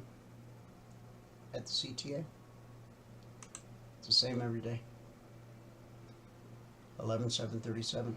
You have access to the CTAs, don't you? It's a target first, and then once it's pierced, it becomes an entry. Okay, good. Beautiful. Beautiful. We're below that 38% reverse fib. That doesn't mean we're going to close below it. But if we do, and who knows, maybe this thing gets wild later in the afternoon. And if we get below this 24% fib extension, wow, what a nice window of opportunity here. But you're not going to trade it off the daily chart. Daily chart's going to show you where the opportunity is, and the 30-minute chart's going to show you where the opportunity is. Then you're going to execute on your smaller time frame. Now, to become a part of our growing family, our community, we really do treat each other like family. No, actually, families fight and argue. We treat each other with dignity and respect. So, the way to become a lifetime member with no recurring fees, not weekly, not monthly, not annual, no upsells, no new shiny objects to buy, no nonsense. Go here, eminifuturestrading.com. 2 mouse clicks, you're a passport holder. There's people in the audience today who've lost more money than what it costs to become a lifetime member. Lifetime means lifetime access to the live training room. 9 out of 10 new traders fail because they don't have a teacher. They got books, they got YouTube videos, but those are no, and we got nothing against those, but there's no substitute for a living, breathing teacher putting on, taking off trades, and answering your questions for the whole 2 hours, every trading day. On top of that, you have access to unlimited one-on-one private mentoring. I mean, you can ask all the questions you want in the live training room, but if you still need additional help, you just simply book a one-on-one mentoring session. It's included, unlimited, for life. The strategy, the methodology, and the indicators that you'll own for life are fluid across all markets and all time frames. As a passport holder, you also receive the Logic 247 around-the-clock alerts. You receive the concierge trade alerts every night when they're posted. You have access to the Thursday night members-only workshop, which last week we changed the time after like 15 years. It's always been at 9 p.m. Eastern. We changed it to 8 p.m. Eastern. And as far as I know, that worked out better for everybody, so I don't know why we didn't think of that 15 years ago, but anyway. Everything a trader needs, all under one roof. Instead of trying to piecemeal this stuff together, well, I bought this one indicator over here, and I got this oscillator over here. It came with a PDF. And then I went to this seminar in Vegas, and trying to just piece all that together, you know, there's no reason to reinvent the wheel, right? Our wheel has been rolling real nice for quite a long time. So, I mean, if you want to go through that, and many of you have, you spent years of your time, tens of thousands of dollars of your treasure, and you still haven't found consistent profitability. Now, some people aren't just flat out unteachable, I'll tell you, to be honest, okay? Becoming a lifetime member, getting a passport, Okay. Don't rush out and print up business cards that say Joe Blow Trader on them, okay? Because you still have to do the work. You've got to follow the 24/20 blueprint, step for step. You got to write your business plan. You got to write your trading plan. You got to put together those 10 consecutive days in a row before you start trading live. And when the blueprint gives you the okay to go live, you go live with one contract. Once you go live, your goal is to increase your account balance by $2,000. When you do that, the blueprint will give you the green light to add a second contract.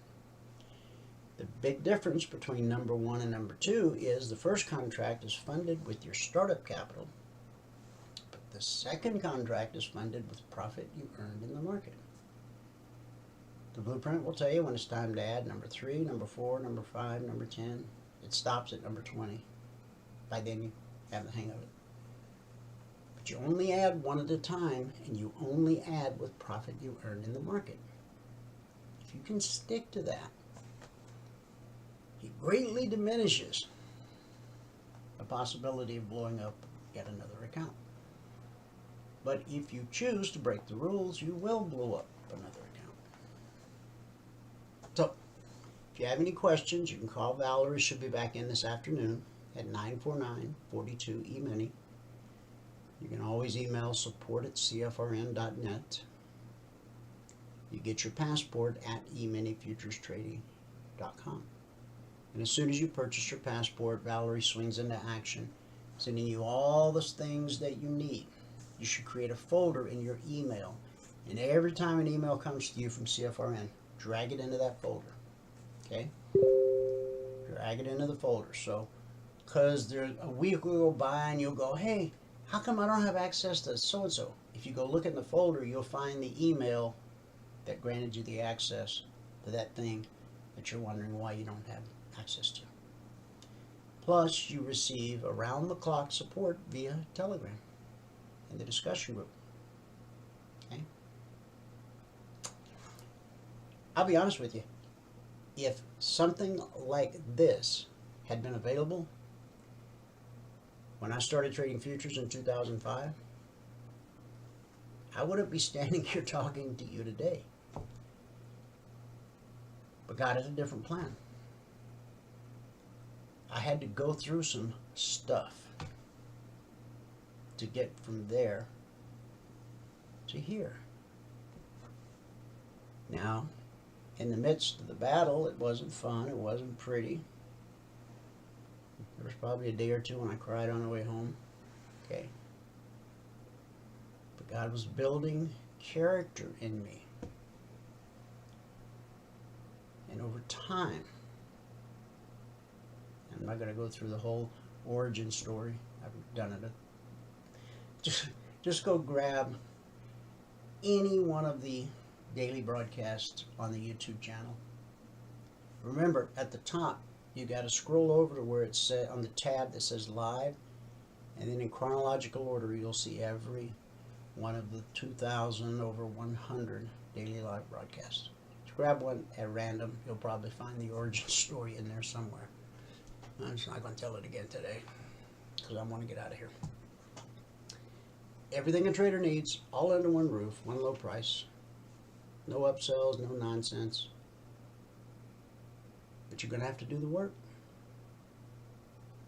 This is not magic. It's logic. Logical. And the more logical it becomes, then it's just like common sense. Like, you know not to touch wet paint, right? The sign says wet paint. What's the first thing you do? You know not to touch a hot stove, right? Yeah. Well, when you were a kid, you didn't quite understand that, so you learn. Love to have you as a part of the family. Do everything we can to help you. But you got to do the work. And I don't handle the sales end of any of it, so if you want to talk to Valerie, I don't know if there's any holiday specials available, but you could always call and ask. 949-42E Mini. All right, long day, I'm tired. Good word for the day. I'd overcharge my batteries, and then we'll all get out of here. Yesterday, we asked a question: where do you stand with Jesus? Today, a good word for the day: in Christ, you are beyond condemnation. Now, the Holy Spirit will convict you when you get out of line. But as a born-again believer, there's no condemnation in Christ. John 14:30. I will not say much more to you, for the prince of this world is coming. He has no hold over me. Now, who's the prince of the world, prince of the air? It's the enemy, Satan. The Bible says that Satan is the accuser. Satan holds sin over our heads to make us feel unworthy and trapped in our sin. If we refuse to repent of our sin, we give Satan an opportunity to condemn us. Now you understand why you feel so bad when you harbor unconfessed sin. By doing it, you are giving Satan power over you. Notice what Jesus said. John 14:30. I'll not say much more to you, for the prince of this world is coming, but he has no hold over me. See, Jesus, he also said, in this world you will have trouble, but fear not, for I have overcome the world. That's why we follow the one that overcame hell, death, and the grave. Satan couldn't point to a single sin in the life of Christ. Therefore, he has no power over him. The good news is that when you are in Christ, Satan loses his power to condemn you too. Romans 8:1. Therefore, there is now no condemnation for those who are in Christ Jesus. Will you still sin from time to time? If you said no, you just sinned because it says in the Ten Commandments, thou shalt not lie. The answer is yes. We're all going to mess up. Okay? But when you repent, God will cleanse you, work with you, and give you the victory. As long as you are positioned securely in Christ, the one in whom there is no sin, Satan's condemnation falls on deaf ears, and you live with the joy of knowing God fully accepts you. So when Satan tries to make you think that you're not a Christian because you've sinned, don't believe him. Be confident, knowing that you can take a powerful weapon out of Satan's hands simply by confessing your sins and repenting. And that's our good word for the day. Thanks so much for tuning in. Whoever you are, wherever you are, may God continue to richly bless you with his mercy and with his grace. And I'll see you at the bell.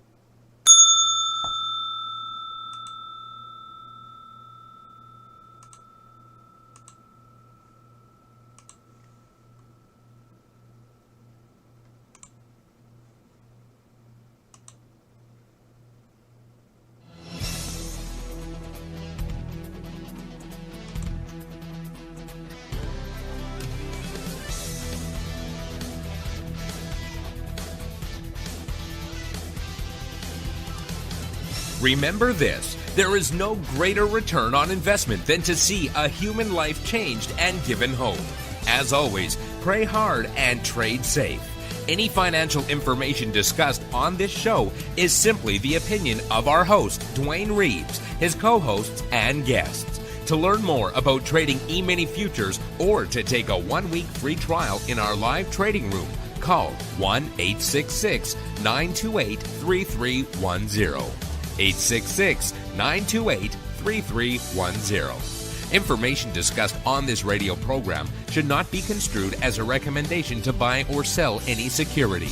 Always do your own due diligence and consult with a licensed securities broker or financial planner before making any investment decision.